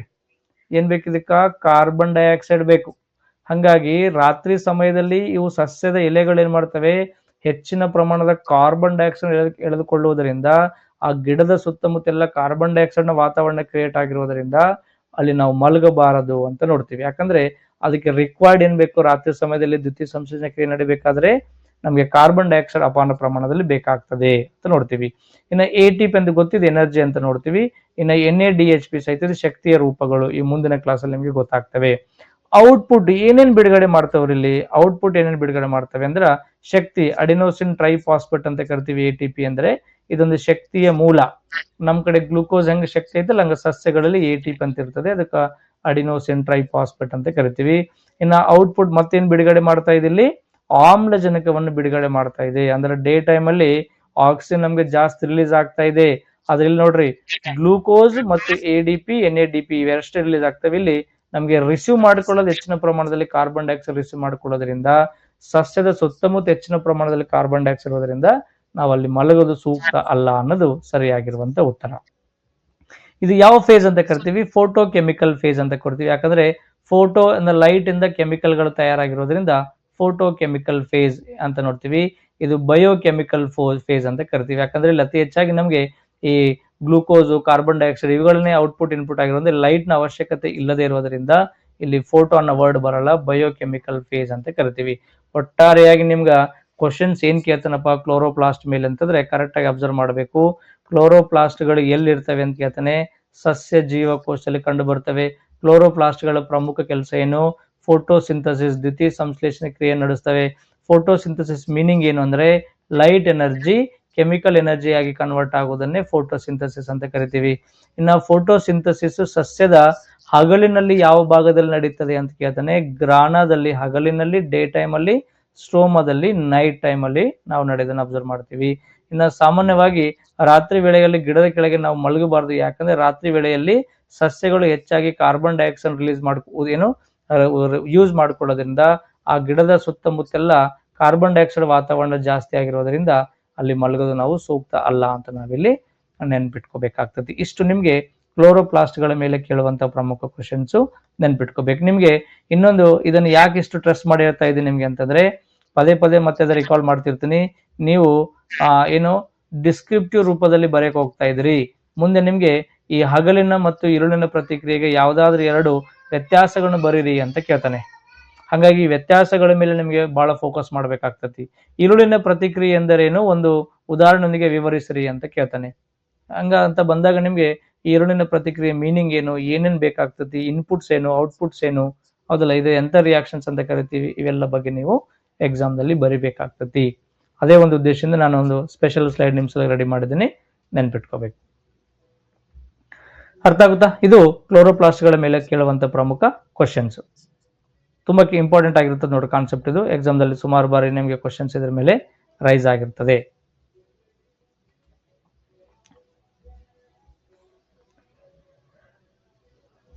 ಹೌದು, ಯಾರು ಇಲ್ಲಿ ನಮ್ಮ ರಕ್ಷಿತ್ ಮೇಡಮ್ ಅಥವಾ ಕೇಳೋ ಸರ್ ಕೇಳ್ತಾರೆ, ರಸದಾನಿ ಪ್ರಾಣಿ ಜೀವಕೋಶದಲ್ಲಿ ಇರುತ್ತವೆ ಸರ್, ಆದರೆ ಚಿಕ್ಕದಾಗಿರ್ತವೆ. ಹೌದು, ಬಹಳ ನೆಗ್ಲಿಜಿಬಲ್ ಮೇಡಮ್, ಅದು ಇರ್ತವೆ ಅನ್ನೋದಕ್ಕಿಂತ ಬಹಳ ನೆಗ್ಲಿಜಿಬಲ್, ಚಿಕ್ಕದಾಗಿರ್ತವೆ ಅಂತ ಕೊಡ್ತೀವಿ, ನೆಗ್ಲಿಜಿಬಲ್. ಬಟ್ ಅಲ್ಲಿ ನಮಗೆ ಪ್ರಾಣಿಯಲ್ಲಿ ಅಷ್ಟೊಂದರ ಅದ್ರ ಯೂಸಸ್ ಇಲ್ಲ. ಯಾಕಂದ್ರೆ ಅದರಂಗೆನೆ ಕೆಲಸ ಮಾಡುವಂತ ಇನ್ನೊಂದು ನಮ್ಮ ಕಡೆ ಸೆಲ್ ಐತಲ್ಲ, ಲೈಸೋಸೋಮ್ ಅಂತೇಳಿ, ಅದು ನಮ್ಗೆ ಹೆಚ್ಚು ಕೆಲಸವನ್ನು ಮಾಡ್ಕೊಡ್ತತಿ. ಎಸ್, ಹೌದ್ರಿ, ಮಾರ್ನಿಂಗ್ ಚೆನ್ನಾಗಿತ್ತು, ಬಟ್ ಆದ್ರೆ ಸ್ವಲ್ಪ ಸಮಯದ ಅಭಾವದಿಂದ ಆ ರೀತಿ ಆಯ್ತು ಕ್ಲಾಸು. ಸರ್, ಶೈವಲೆಗಳು ಸ್ವಪೋಷಕ ಜೀವಿಗಳು. ಹೌದು, ಕೆಲವೊಂದು ಶೈವಲೆಗಳು ಮೇಡಮ್, ಎಲ್ಲ ಇಲ್ಲ, ಕೆಲವೊಂದದವೆ. ನಾವು ನೆಕ್ಸ್ಟ್ ಶೈವಲೆಗಳು ಬಂದಾಗ ನಿಮ್ಗೆ ಹೇಳ್ತೀನಿ. ಲಾಸ್ಟ್ ಟೆಟ್ ಅಲ್ಲೂ ಕೇಳಿದ್ರು ಸರ್. ಹೌದು Vidyashree madam, correct. Last TET exam ದಲ್ಲಿ ಬಂದಿತ್ತು ನೋಡ್ರಿ, ಇವೇ ಇತ್ತು ನೋಡ್ರಿ ಕ್ವಶನ್. ನಾನು ಪದೇ ಪದೇ ಹೇಳ್ತಿರ್ತೀನಿ ನಿಮ್ಗೆ, ಇವೇ ಕ್ವಶನ್ ನಿಮ್ಗೆ ಕೇಳ್ತಾ ಬರೋದು. 78% nitrogen, correct correct correct.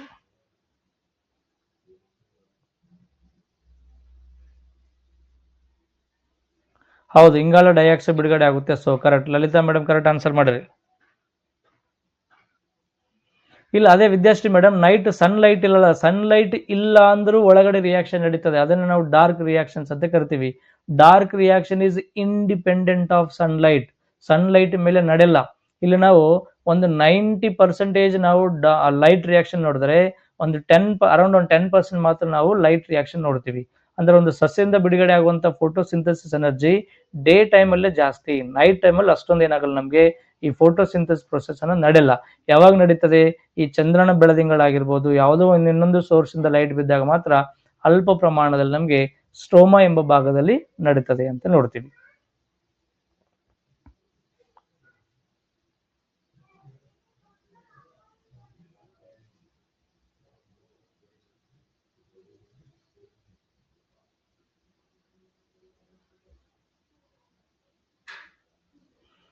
S, ಇಲ್ಲಿ ನಮ್ಗೆ ಇನ್ನೊಬ್ಬರು ಸರ್ ಕೇಳ್ತಾರೆ, ಸರ್ ಸಸ್ಯಗಳು ಆಹಾರ ತಯಾರಿಸುವಾಗ ತೆಗೆದುಕೊಳ್ಳುವ ಅನಿಲ ಯಾವುದು, ಮತ್ತೆ ಸಸ್ಯಗಳು ಉಸಿರಾಟದ ಮೂಲಕ ಬಿಡುಗಡೆ ಆಗುವಂತ ಅನಿಲ ಯಾವುದು? ಸರ್ ಪ್ರತಾಪ್ ಸರ್, ಇದು ಡಿಪೆಂಡ್ ಅಪಾನ್ ಬೇರೆ ಬೇರೆ ಸಸ್ಯಗಳದವ್ರಿ. ಸಾಮಾನ್ಯವಾಗಿ ಸಸ್ಯಗಳ ಉಸಿರಾಟ ಕ್ರಿಯೆಯಿಂದ ನಮಗೆ ನೋಡ್ರಿ, ನೈಟ್ ಟೈಮ್ ಅಲ್ಲಿ ಕಾರ್ಬನ್ ಡೈಆಕ್ಸೈಡ್, ಡೇ ಟೈಮ್ ಅಲ್ಲಿ ಆಕ್ಸಿಜನ್ ಅಂತ ನೋಡ್ತೀವಿ. ಡಿಪೆಂಡ್ ಅಪಾನ್ ಯಾವ ರಿಯಾಕ್ಷನ್ ನಡೀತಾ ಇದೆ, ಎಂತ ಸಂದರ್ಭದಲ್ಲಿ ಅನ್ನೋದು ನಮಗೆ ಮುಖ್ಯ ಆಗ್ತದೆ.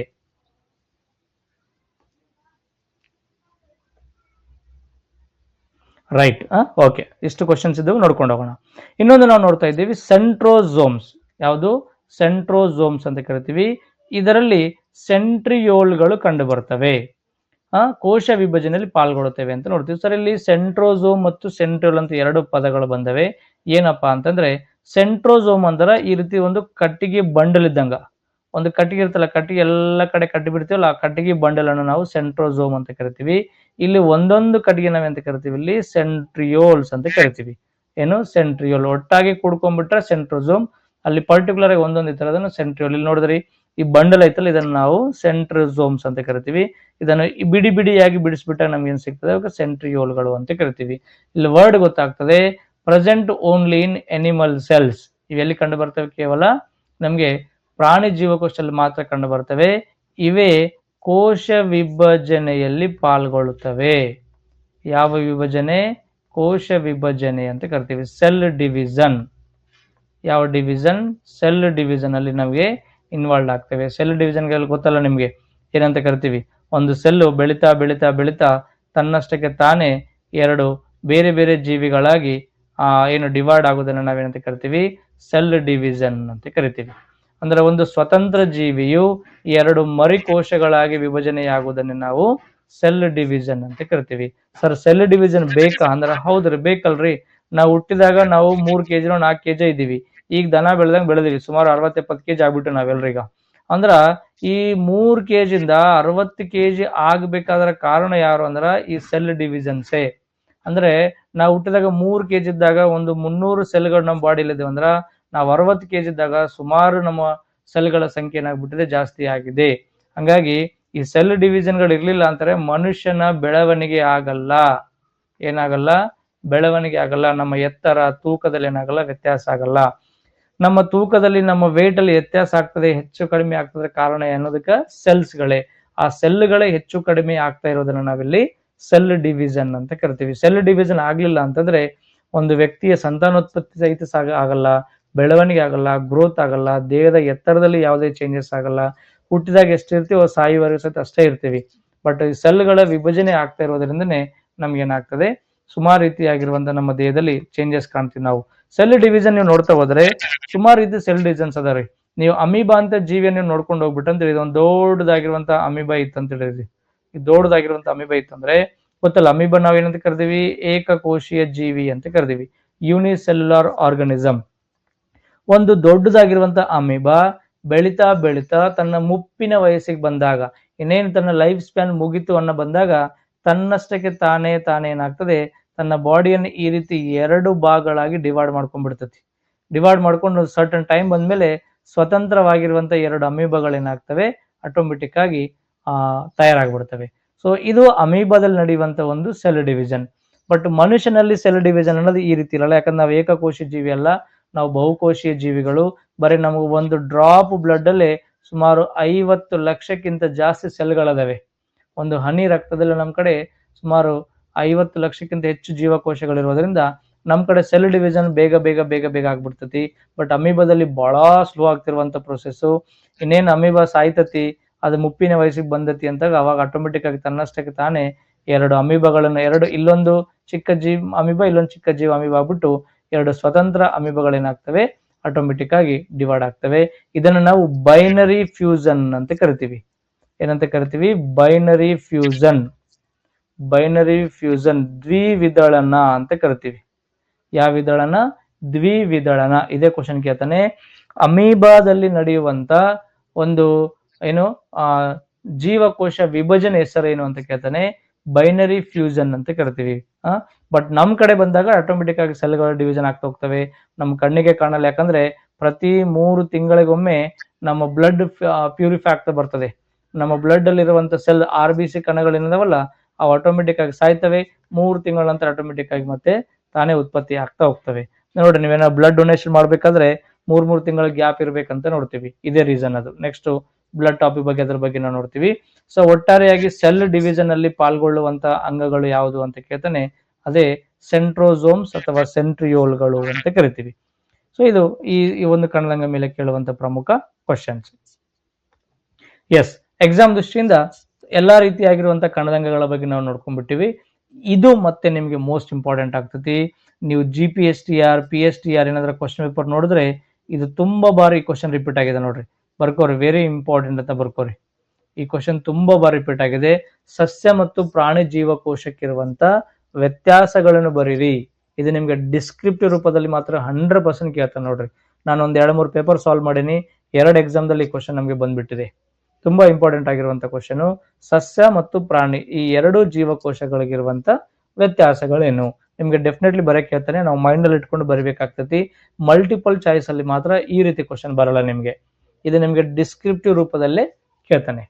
ಏನಿದೆ ನೋಡು, ಸಸ್ಯ ಮತ್ತು ಪ್ರಾಣಿ ಜೀವಕೋಶಕ್ಕಿರುವಂತ ವ್ಯತ್ಯಾಸಗಳು ಈಗಾಗಲೇ ನಾವು ಇದರ ಬಗ್ಗೆ ತಿಳ್ಕೊಂಡೇ ಬಂದೀವಿ. ಇನ್ನು ಸ್ವಲ್ಪ ಅದ್ರ ಬಗ್ಗೆ ಡೀಟೇಲ್ ಆಗಿ ನೋಡ್ತಾ ಹೋಗೋಣ. ಸೊ ಇದನ್ನ ನಾವು ಪ್ಲಾಂಟ್ ಸೆಲ್ ಅಂತ ಕರಿತೀವಿ, ಇದು ಎನಿಮಲ್ ಸೆಲ್. ಎರಡಕ್ಕೆ ಇರುವಂತ ಒಂದು 4 ಡಿಫರೆನ್ಸ್ ನಿಮಗೆ ತೋರಿಸ್ಕೊಟ್ಟು ಬಂದೆ ನಾನು. ಇದು ಸಾಮಾನ್ಯವಾಗಿ ಆಯತಾಕಾರದಲ್ಲಿರ್ತದೆ. So plant cells generally in a rectangular shape. So rectangular shape ನಿಮ್ಗೆ ಅರ್ಥ ಆಗಿರ್ಬೋದು. ಈ ರೀತಿ ರೆಕ್ಟ್ಯಾಂಗಲ್ ಶೇಪ್ ಅಲ್ಲಿ ಇರ್ತದೆ, ಅಂದ್ರೆ ಆಯತಾಕಾರ ಅಂತ ಕರಿತೀವಿ. ಈ ಆಕಾರದಲ್ಲಿ ನಮಗೆ ಕಂಡು ಬರ್ತದೆ. ಬಟ್ ಇದು ಗೋಳಾಕಾರದಲ್ಲಿ ಕಂಡು ಬರ್ತದೆ. Animal cell looks like a sphere or circle shape. ಈ ರೀತಿ ನಮಗೆ ಗೋಳಾಕಾರವಾಗಿರುವಂತಹ ಸ್ಪೆರಿಕಲ್ ಶೇಪ್ ಆಗಿರೋದನ್ನ ನಾವು ನೋಡ್ತೀವಿ. ನೀವು ಸ್ಟಾರ್ಟಿಂಗ್ ಚಿತ್ರ ಸಹಿತ ಅದೇ ರೀತಿ ನೀವು ತೊಳ್ಕೊಂಡ್ ಬಂದ್ರಿ. ನೋಡ್ರಿ, ಈ ಪಾಯಿಂಟ್ ಬಹಳ ಇಂಪಾರ್ಟೆಂಟು. ಇದು ಕೋಶ ಭಿತ್ತಿಯನ್ನು ಹೊಂದಿದೆ. ಏನನ್ನು ಹೊಂದಿದೆ? ಕೋಶ ಭಿತ್ತಿಯನ್ನು ಹೊಂದಿದೆ. It contains cell wall. ಯಾವ ವಾಲ್? ಸೆಲ್ ವಾಲ್ ಅಂತ ನೋಡ್ತೀವಿ. Cell wall ಎದ್ರೊಳಗಿದೆ? ಸಸ್ಯದಲ್ಲಿ ಮಾತ್ರ ಇದೆ, ಪ್ರಾಣಿಯಲ್ಲಿ ಇಲ್ಲ ಅಂತ ನೋಡಿದ್ವಿ. ಅದಕ್ಕೆ ಸಸ್ಯದ ಕಾಂಡ, ಸ್ಟೆಮ್, ಬೇರುಗಳು ಅಷ್ಟು ಗಟ್ಟಿ ಯಾಕಿರ್ತವೆ ಅಂದ್ರೆ ಕೋಶ ಭಿತ್ತಿ ಒಳಗೆ ಒಂದು ಗೋಡೆ ಇದೆ.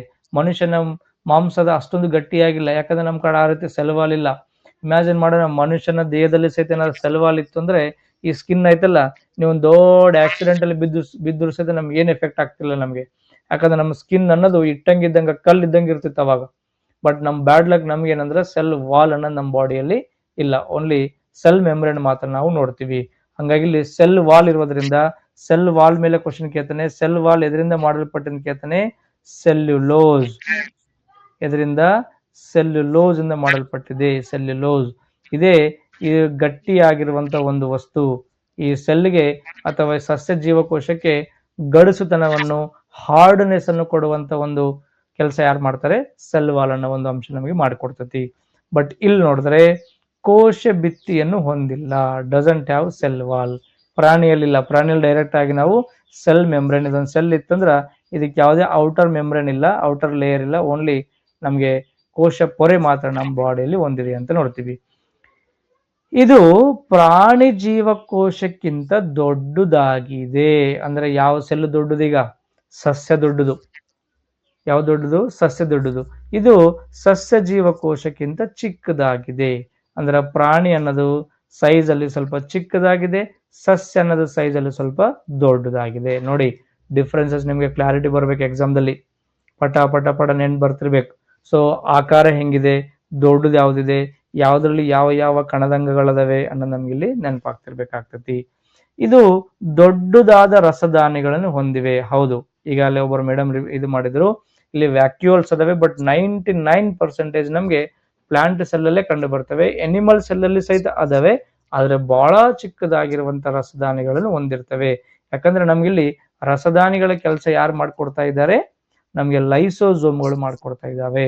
ಅಲ್ಲಿ ವಿಷವನ್ನು ಸೆಲ್ ಅಲ್ಲಿ ಹಾಕಿ ಅದನ್ನು ಸಾಯಿಸಿ ಸೆಲ್ ಅನ್ನು ರಕ್ಷಣೆ ಮಾಡುವಂತ ಕೆಲಸ ನಮ್ಗೆ ಯಾವುದು ಈ ಲೈಸೋಸೋಮ್ಗಳು ಮಾಡ್ಕೊಡ್ತವೆ. ಹಂಗೆ ಇದ್ರ ಸಹಿತ ಸೈಜ್ ಬಹಳ ಚಿಕ್ಕದು. ಇಲ್ಲಿ ಚಿಕ್ಕದಾಗಿರುವಂತ ರಸದಾನಿಗಳ ಸೈಜ್ ಅನ್ನು ನಾವಿಲ್ಲಿ ನೋಡ್ತೀವಿ. ನೋಡ್ರಿ, ಇದು ಬಹಳ ಇಂಪಾರ್ಟೆಂಟ್. ಇದು ಪ್ಲಾಸ್ಟಿಡ್ ಗಳನ್ನು ಹೊಂದಿದೆ. ಏನನ್ನು ಹೊಂದಿದೆ? ಪ್ಲಾಸ್ಟಿಡ್. ಎಂತ ಪ್ಲಾಸ್ಟಿಡ್ ನೋಡಿದ್ರಲ್ಲ ಈಗ? ಕ್ಲೋರೋಪ್ಲಾಸ್ಟ್. ಯಾವ ಪ್ಲಾಸ್ಟು? ಕ್ಲೋರೋಪ್ಲಾಸ್ಟ್. ಏನ್ ನಡೀತದೆ ಕ್ಲೋರೋಪ್ಲಾಸ್ಟ್ ಅಲ್ಲಿ? ಫೋಟೋಸಿಂಥಸಿಸ್. ಯಾವ ಪ್ರೊಸೆಸ್ ನಡೀತದೆ? ಫೋಟೋಸಿಂಥಸಿಸ್. ನೋಡ್ರಿ, ಹೆಂಗು ಫೋಟೋಸಿಂಥಸಿಸ್ ಬಗ್ಗೆ ಬಂದಿದೀವಿ. ಒಂದೆರಡು ಅಂಶಗಳು ಇನ್ನೂ ಸ್ವಲ್ಪ ನಾವು ನೋಡೋಣ ಫೋಟೋಸಿಂಥಸಿಸ್ ಮೇಲೆ. ಮತ್ತೆ ನಿಮ್ಗೆ ರಿಪೀಟ್ ಆಗ್ಲಕ್ಕಿಲ್ಲ ಟಾಪಿಕ್ ಇದು. ಈ ಕಡೆ ನೋಡಿ, ಫೋಟೋಸಿಂಥಸಿಸ್ ಬಗ್ಗೆ ಈಗ ನೋಡ್ಕೊಂಡ್ರೆ ನಾವು ಲೈಟ್ ಎನರ್ಜಿ ಏನಾಗ್ತದೆ, ಕೆಮಿಕಲ್ ಎನರ್ಜಿ ಆಗಿ ತಯಾರಾಗ್ತದೆ ಅಂತ ನೋಡಿದಿವಿ. ಫೋಟೋಸಿಂಥಸಿಸ್ ತಯಾರಾಗಬೇಕು ಏನ್ ಬೇಕಪ್ಪ ಅಂದ್ರೆ ಮುಖ್ಯವಾಗಿ ಕಾರ್ಬನ್ ಡೈಆಕ್ಸೈಡ್ ಬೇಕು, ಮತ್ತೆ ನೀರು ಬೇಕು ಅಂತ ನೋಡಿದಿವಿ. ನೋಡ್ಬೇಡಿ, ಈ ಕಡೆ ಒಂದು ಕ್ವಶನ್ ಕೇಳ್ತಾನೆ, ಮೊನ್ನೆ ಟಿಇಟಿ ಎಕ್ಸಾಮ್ ದಲ್ಲಿ ಕೇಳಾನೆ. ಟಿಇಟಿ ಎಕ್ಸಾಮ್ ದಲ್ಲಿ, ಯಾಕಂದ್ರೆ ಟಿಇಟಿ ಮತ್ತು GPST HST ಆಲ್ಮೋಸ್ಟ್ ಎಲ್ಲ ಅಣ್ಣತಮ್ಮರಿದ್ದಂಗೆ ಒಂದೇ ಪ್ಯಾಟರ್ನ್ ಒಂದೇ ಸಿಲೆಬಸ್ ಎಲ್ಲ ಇರೋದ್ರಿಂದ ಈ ಕಡೆ ನೋಡ್ಬೇಕು. ಒಂದು ಸಸ್ಯ ಇದೆ ಅಂತ ತಿಳ್ಕೊಳ್ಳಿ. ಕ್ವಶನ್ ಹಿಂಗೆ ಕೇಳೋಣ, ಒಂದು ಸಸ್ಯ ಇದೆ, ಈ ಸಸ್ಯದ ಬೇರುಗಳು ಹೀರಿಕೊಂಡಿರುವಂತ ಒಟ್ಟು ನೀರಲ್ಲಿ, ಸಸ್ಯದ ಬೇರುಗಳು ಹೀರಿಕೊಂಡಿರುವಂತ ಒಟ್ಟು ನೀರಲ್ಲಿ ಎಷ್ಟು ಪ್ರತಿಶತ ನೀರು ದ್ಯುತಿ ಸಂಶ್ಲೇಷಣೆ ಕ್ರಿಯೆಗೆ ಸಹಾಯ ಮಾಡ್ತದೆ ಅಥವಾ ಅವಶ್ಯಕತೆವಾಗಿರ್ತದೆ ಅಂತ ಕೇಳೋಣ. ನೋಡ್ರಿ, ನಾವೇನಂದೇವಿ ಈಗ? ದ್ಯುತಿ ಸಂಶ್ಲೇಷಣೆ ನೀರ್ ಬೇಕಂತಿದ್ದಾನೆ. ನೀರ್ ಎಲ್ಲಿಂದ ಬರ್ತಂತೆ ಅಂತ ಹೇಳಿವಿ? ಬೇರುಗಳೇ ನೀರನ್ನು ಹೀರ್ಕೊಳ್ತವೆ, ಆ ಬೇರುಗಳಿರುವಂತ ನೀರೇ ದ್ಯುತಿ ಸಂಶ್ಲೇಷಣೆ ಕ್ರಿಯೆಗೆ ಬೇಕಾಗ್ತವೆ ಅಂತ ಹೇಳಿನಿ. ಆದರೆ ಬೇರುಗಳು ಎಷ್ಟು ನೀರನ್ನು, ಮಣ್ಣಲ್ಲಿರುವಂತ ಎಷ್ಟು ನೀರನ್ನು ಹೀರ್ಕೊಳ್ತವೋ ಅದ್ರೊಳಗ ಕೇವಲ, ಆಶ್ಚರ್ಯಕರ ವಿಚಾರ, ಕೇವಲ 1% ಮಾತ್ರ ಫೋಟೋಸಿಂಥಸಿಸ್ಗೆ ಸಹಾಯ ಆಗ್ತದಂತೆ. ಇನ್ನುಳಿದ 99% ಆ ಸಸ್ಯಗೆ ನೀರೇ ಬೇಕಾಗ್ತವೆ, ಅವು ಫೋಟೋಸಿಂಥಸಿಸ್ಗೆ ಹೆಲ್ಪ್ ಆಗಲ್ಲ. ಅಲ್ಲಿ ನಮ್ಗೆ ನೀರನ್ನು, ಲವಣಾಂಶಗಳನ್ನು, ಆಹಾರ ಪದಾರ್ಥಗಳನ್ನು ಬೇರೆ ಬೇರೆ ಸಸ್ಯದ ಭಾಗಗಳಿಗೆ ಸೆಂಡ್ ಮಾಡಕ್ಕೆ ನೀರಿನ ಅವಶ್ಯಕತೆ ಬೇಕಾಗ್ತದೆ. ಬಟ್ ಅದರ ದ್ಯುತಿ ಸಂಶ್ಲೇಷಣೆಗೆ ಎಷ್ಟು ಪ್ರತಿಶತ ನೀರಿನ ಅವಶ್ಯಕತೆ ಇದೆ ಅಂತ ಕೇಳನೆ, ಕೇವಲ 1% ಮಾತ್ರ. ಯಾವುದರಲ್ಲಿ? ಬೇರುಗಳು ಹೀರಿಕೊಂಡಿರುವಂತ ಒಟ್ಟಾರೆ ನೀರಿನಲ್ಲಿ. ಈ ಪ್ರಶ್ನೆ ಬಹಳ important. What percentage of water is required for photosynthesis ಅಂತ ಕೇಳ್ತಾನೆ. It requires only 1% by total volume consumed by the roots. Total roots ಎಷ್ಟು ನೀರನ್ನು ಹೀರ್ಕೊಂಡಿರ್ತಾವೋ ಅದರ 1% ನೀರು ಮಾತ್ರ ಫೋಟೋಸಿಂಥಸಿಸ್ಗೆ ನಮಗೆ ಅವಶ್ಯಕತೆವಾಗಿದೆ. ಕೇಳಬೇಕು ಈ ಕಡೆ, ಒಂದು ಸಸ್ಯದ ಮೇಲೆ ಸೂರ್ಯನ ಕಿರಣಗಳು ಬೀಳ್ತಾವಲ್ಲ, 100% ಸಸ್ಯದ ಮೇಲೆ ಬಿದ್ದವೆ ಅಂತ ತಿಳ್ಕೊಳ್ಳಿ. ಅವಾಗ ಕೇವಲ 1-2% ಸೂರ್ಯನ ಬೆಳಕು ಮಾತ್ರ ಫೋಟೋಸಿಂಥಸಿಸ್ಗೆ ಅವಶ್ಯಕತೆವಾಗಿದೆ. ಅರೌಂಡ್ 98% ನಮ್ಗೆ ಬೇಕಾಗಿಲ್ಲ, ಅಷ್ಟು ಅವಶ್ಯಕತೆ ಇಲ್ಲ ನಮ್ಗ. ಫೋಟೋಸಿಂಥಸಿಸ್ ಸಸ್ಯಗಳ ಮೇಲೆ ಬೆಳಕು ಬಿದ್ದಾಗ ನಡೀತದೆ ಅಂತ ಹೇಳಿನಲ್ಲ. ಎಷ್ಟು ಬೇಕು ಸರ್ ನಮ್ಗೆ ಅಂದ್ರೆ ಕೇವಲ 1-2%. ಸನ್ಲೈಟು ಟೋಟಲ್ ಹೀರ್ಕೊಂಡಿರುವಂತ ನೀರಲ್ಲಿ 1% ನೀರು ಮಾತ್ರ ನಮ್ಗೆ ಫೋಟೋಸಿಂಥಸಿಸ್ಗೆ ಬೇಕಾಗ್ತತಿ. ಇವೆರಡು ಎಕ್ಸಾಮ್ ದಲ್ಲಿ ಕೇಳಿರುವಂತ ಕ್ವಶನ್.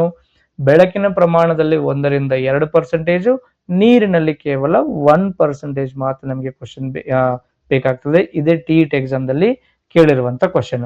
ಸರ್, ಫೋಟೋಸಿಂಥಸಿಸ್ ಅನ್ನೋದು ಎದ್ರ ಮೇಲೆ ಡಿಪೆಂಡ್ ಐತ್ರಿ? ಯಾವಾಗ ಜಾಸ್ತಿ ಆಗ್ತತಿ, ಯಾವಾಗ ಕಮ್ಮಿ ಆಗ್ತದೆ ಅಂತ ಕೇಳ್ತಾನೆ. ನೆನ್ಪಿಟ್ಕೋಬೇಕು, ದ ರೇಟ್ ಆಫ್ ಫೋಟೋಸಿಂಥಸಿಸ್, ಸಸ್ಯಗಳಲ್ಲಿ ತಯಾರಾಗುವಂತ ಒಂದು ಶಕ್ತಿ ಎದ್ರ ಮೇಲೆ ಡಿಪೆಂಡ್ ಅದ ಅಂತಂದ್ರ ಒಂದು 4 ಫ್ಯಾಕ್ಟರ್ಗಳ ಮೇಲೆ ಡಿಪೆಂಡ್ ಅದ ರೀ. ಹಂಗೆ ಸಮಯ ಬಂದದ ತಿಳ್ಕೊಳ್ಳಿ. 4 ಫ್ಯಾಕ್ಟರ್ಗಳ ಮೇಲೆ ಡಿಪೆಂಡ್ ಇದೆ. First upon carbon dioxide. ಆ ಸಸ್ಯಗೆ ಸಿಗುವಂತ ಕಾರ್ಬನ್ ಡೈಆಕ್ಸೈಡ್ ಜಾಸ್ತಿ ಆದರೆ ಸಸ್ಯಗಳಲ್ಲಿ ಫೋಟೋಸಿಂಥಸಿಸ್ ಪ್ರೊಸೆಸ್ ಸಹಿತ ಜಾಸ್ತಿ ಆಗ್ತದೆ. ಆ ಸಸ್ಯದ ಸುತ್ತಮುತ್ತಲಿರುವಂತ ಕಾರ್ಬನ್ ಡೈಆಕ್ಸೈಡ್ ಜಾಸ್ತಿ ಇತ್ತಂದ್ರೆ ಅದಕ್ಕೆ ಅವೈಲಬಿಲಿಟಿ ಜಾಸ್ತಿ ಆಗ್ಬಿಟ್ಟು ಅಲ್ಲಿ ಫೋಟೋಸಿಂಥಸಿಸ್ ಪ್ರೊಸೆಸ್ ಏನಾಗ್ತದೆ, ಹೆಚ್ಚು ನಡೀತದೆ. ಅದಕ್ಕೆ ಬೇಕಾಗಿರುವಂತ ನೀರಿನ ಪ್ರಮಾಣ ಜಾಸ್ತಿ ಸಿಕ್ಕಿದ್ರು ಸಹಿತ ಫೋಟೋಸಿಂಥಸಿಸ್ ಸಸ್ಯಗಳಲ್ಲಿ ಹೆಚ್ಚು ನಡೀತದೆ. ನೋಡ್ರಿ ಹೆಂಗದ ಇಂಪಾರ್ಟೆಂಟ್ ಇದು. ಬೇರುಗಳಲ್ಲಿ ನೀರೇ ಇಲ್ಲ, ಸಸ್ಯಗೆ ಸರಿಯಾಗಿ ನೀರೇ ಸಿಗ್ಲಿಲ್ಲ ಅಂತಂದ್ರೆ ತನ್ನ ಶಕ್ತಿಯನ್ನು ತಾನೇ ತಯಾರು ಮಾಡ್ಕೊಳ್ಳಕ ವಿಫಲ ಆಗ್ತತಿ. ಅದಕ್ಕ ಏನು ಲಭ್ಯವಾಗಿರುವಂತಹ ನೀರಿನ ಪ್ರಮಾಣ ಹೆಚ್ಚಿದ್ದಾಗ ಫೋಟೋಸಿಂಥಸಿಸ್ ಸಹಿತ ಏನಾಗ್ತದೆ, ಹೆಚ್ಚಾಗ್ತದೆ ಅಂತ ನೋಡ್ತೀವಿ. ನೋಡ್ರಿ, ವಾತಾವರಣದ ಟೆಂಪರೇಚರ್ ಹೆಚ್ಚಾಗುವುದರಿಂದ ಸಹಿತ ಅಲ್ಲಿ ಏನಾಗ್ತಂದ್ರ ಆ ಫೋಟೋಸಿಂಥಸಿಸ್ ಪ್ರಮಾಣ ಹೆಚ್ಚಾಗ್ತಾ ಹೋಗ್ತದೆ ಅಂತ ನೋಡ್ತೀವಿ. ಬಟ್ ಆದ್ರೆ ಸೈಂಟಿಸ್ಟ್ ಹೇಳ್ತಾರೆ ಅದು 0ಲಿಂದ 40 ಡಿಗ್ರಿವರೆಗೆ ಮಾತ್ರ ಹೆಚ್ಚಾಗುವುದರಿಂದ ಹೆಚ್ಚಾಗ್ತತಿ. 40% ಹೆಚ್ಚು ಡಿಗ್ರಿ ಸೆಲ್ಸಿಯಸ್ ವಾತಾವರಣದಲ್ಲಿ ಇತ್ತು ಅಂತಂದ್ರೆ ಸಸ್ಯಗಳಲ್ಲಿ ಫೋಟೋಸಿಂಥಸಿಸ್ ನಡೆಯುವುದಿಲ್ಲ. ಕೇಳ್ರಿ, ಬ್ಯಾಸಗಿ ಬಂತಂದ್ರೆ ಗಿಡಗಳು ಯಾಕೆ ಒಣಗುತ್ತವೆ? ನೀರಿಲ್ಲದೆ ಇರುವಂತ ಹೆಚ್ಚು ಬಿಸಿಲಲ್ಲಿರುವಂತ ಪ್ರದೇಶ ಸಸ್ಯಗಳು ಯಾಕೆ ಬೆಳೆಯುವುದಿಲ್ಲ ಅಂತಂದ್ರೆ ಅವಕ್ಕ ಯಾವ ಭೂಭಾಗದಲ್ಲಿ 40 ಡಿಗ್ರಿ ಸೆಲ್ಸಿಯಸ್ಗಿಂತ ಜಾಸ್ತಿ ಟೆಂಪರೇಚರ್ ಇರುತ್ತಲ್ರಿ ಅಲ್ಲಿ ಸಸ್ಯಗಳಲ್ಲಿ ಫೋಟೋಸಿಂಥಸಿಸ್ ನಡೆಯುವುದಿಲ್ಲ, 0 ಆಗ್ಬಿಡ್ತತಿ. ಅಂದ್ರ ಅರ್ಥ ತಮ್ಮ ಎನರ್ಜಿಯನ್ನು ತಾವೇ ತಯಾರು ಮಾಡ್ಕೊಳ್ಳೋಕೆ ಫೇಲ್ಯೂರ್ ಆಗ್ತತಿ. ಹಂಗಾಗಿ ಸಸ್ಯಗಳು ಶಕ್ತಿ ಇಲ್ಲದೆ, ಆಹಾರ ಇಲ್ಲದೆ, ಎನರ್ಜಿ ಇಲ್ಲದೆ ಸಸ್ಯಗಳು ಒಣಗೋಗ್ಬಿಡ್ತವೆ, ನಾಶ ಆಗ್ತವೆ ಅಂತ ಅರ್ಥ. ಕೇಳ್ತಿರ್ಬೋದು ನೀವು, ರಾಜಸ್ಥಾನದ ಮರಳು ಗಾಡಿನ ಪ್ರದೇಶದಲ್ಲಿ ಸಸ್ಯಗಳು ಯಾಕೆ ಬೆಳವಣಿಗೆ ಆಗಲ್ಲ ಅಂತಂದ್ರೆ ಅಲ್ಲೆಲ್ಲ ನಾರ್ಮಲ್ ಟೆಂಪರೇಚರ್ 45-50 ಇರ್ತದ್ರಲ್ಲಿ. ಹಂಗಾಗಿ ಅಷ್ಟು ಹೈ ಟೆಂಪರೇಚರ್ ಅಲ್ಲಿ ಫೋಟೋಸಿಂಥಸಿಸ್ ಪ್ರೊಸೆಸ್ ಏನಾಗಲ್ಲ, ನಡೆಯುವುದಿಲ್ಲ. ಹಂಗಾಗಿ ನಮ್ಗಲ್ಲಿ ಯಾವುದೇ ರೀತಿಯಾಗಿರುವಂತಹ ಸಸ್ಯಗಳ ಎನರ್ಜಿಯನ್ನು ಪಡ್ಕೊಂಗಿಲ್ಲ. ಸಸ್ಯಗಳಿಗೆ ಉತ್ತಮ ಟೆಂಪರೇಚರ್ ಅಂದ್ರ 10 ಡಿಗ್ರಿ ಸೆಲ್ಸಿಯಸ್ ಇಂದ 25 ಡಿಗ್ರಿ ಸೆಲ್ಸಿಯಸ್ ಟೆಂಪರೇಚರ್ ಅಲ್ಲಿ ಆ ಸಸ್ಯಗಳು ಉತ್ತಮವಾಗಿರುವಂತಹ ದ್ಯುತಿ ಸಂಶ್ಲೇಷಣೆ ಕ್ರಿಯೆಯನ್ನು ನಡೆಸ್ಕೊಂಡ್ಬಿಟ್ಟು ಚೆನ್ನಾಗಿ ಬೆಳಿತವೆ, ತಮ್ಮ ಆಹಾರವನ್ನು ತಾವೇ ತಯಾರು ಮಾಡ್ಕೊಳ್ತವೆ ಅಂತ ನೋಡ್ತೀವಿ. ಸೊ ಈ ರೀತಿ ಸುಮಾರು ಫ್ಯಾಕ್ಟರ್ಸ್ ಏನಾಗ್ತವೆ ದ್ಯುತಿ ಸಂಶ್ಲೇಷಣೆ ಮೇಲೆ ಡಿಪೆಂಡ್ ಆಗಿದ್ದಾವೆ ಅಂತ ನೋಡ್ತೀವಿ. ಹಂಗಾಗಿ ಇಲ್ಲಿ ಪ್ಲಾಸ್ಟಿಡ್ಗಳು ಫೋಟೋಸಿಂಥಸಿಸ್ ಪ್ರೊಸೆಸ್ ನಡೆಸ್ತೇವೆ ಅಂತ ನೋಡ್ತೀವಿ. ಇಲ್ಲಿ ಯಾವುದೇ ರೀತಿಯಾಗಿರುವಂತಹ ಪ್ಲಾಸ್ಟಿಡ್ಗಳು ಇಲ್ಲ.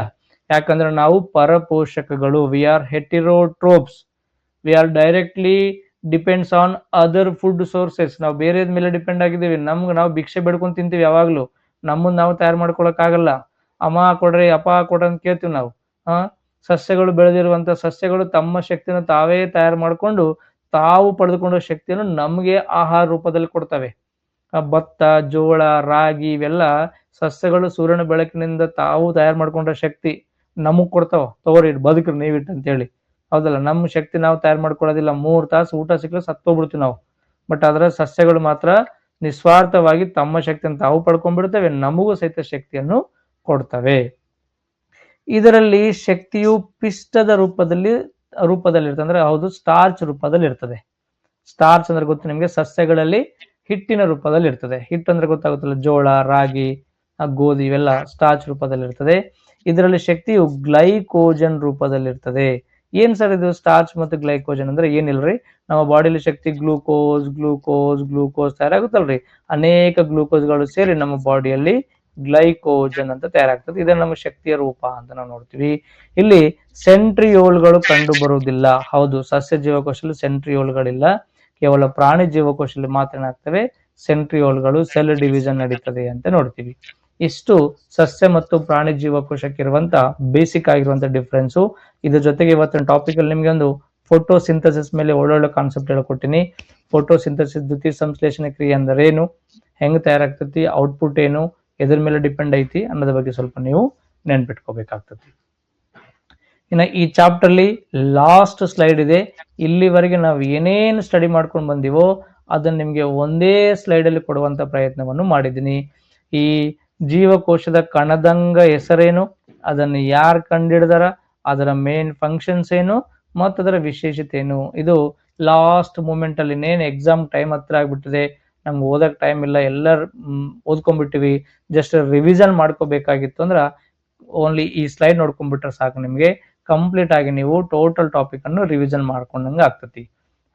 ಆ ಟೋಟಲ್ ಟಾಪಿಕ್ ನೀವು ರಿವಿಷನ್ ಮಾಡ್ಕೊಂಡ್ಬಿಟ್ಟಂದ್ರೆ ಆರಾಮಾಗಿ ನಿಮ್ಗೆ ಈಸಿಯಾಗಿ ಎಲ್ಲಾ ಕಾನ್ಸೆಪ್ಟ್ಗಳ ಬಗ್ಗೆ ನಿಮ್ಗೆ ಈಸಿಯಾಗಿ ಗೊತ್ತಾಗ್ತದೆ. ಆದ್ರೂ ನಾನು ನಿಮ್ಗೆ ಶಾರ್ಟ್ ಕಟ್ ಆಗಿ ಎಕ್ಸ್ಪ್ಲೇನ್ ಮಾಡುವಂತ ಪ್ರಯತ್ನ ಮಾಡ್ತೀನಿ.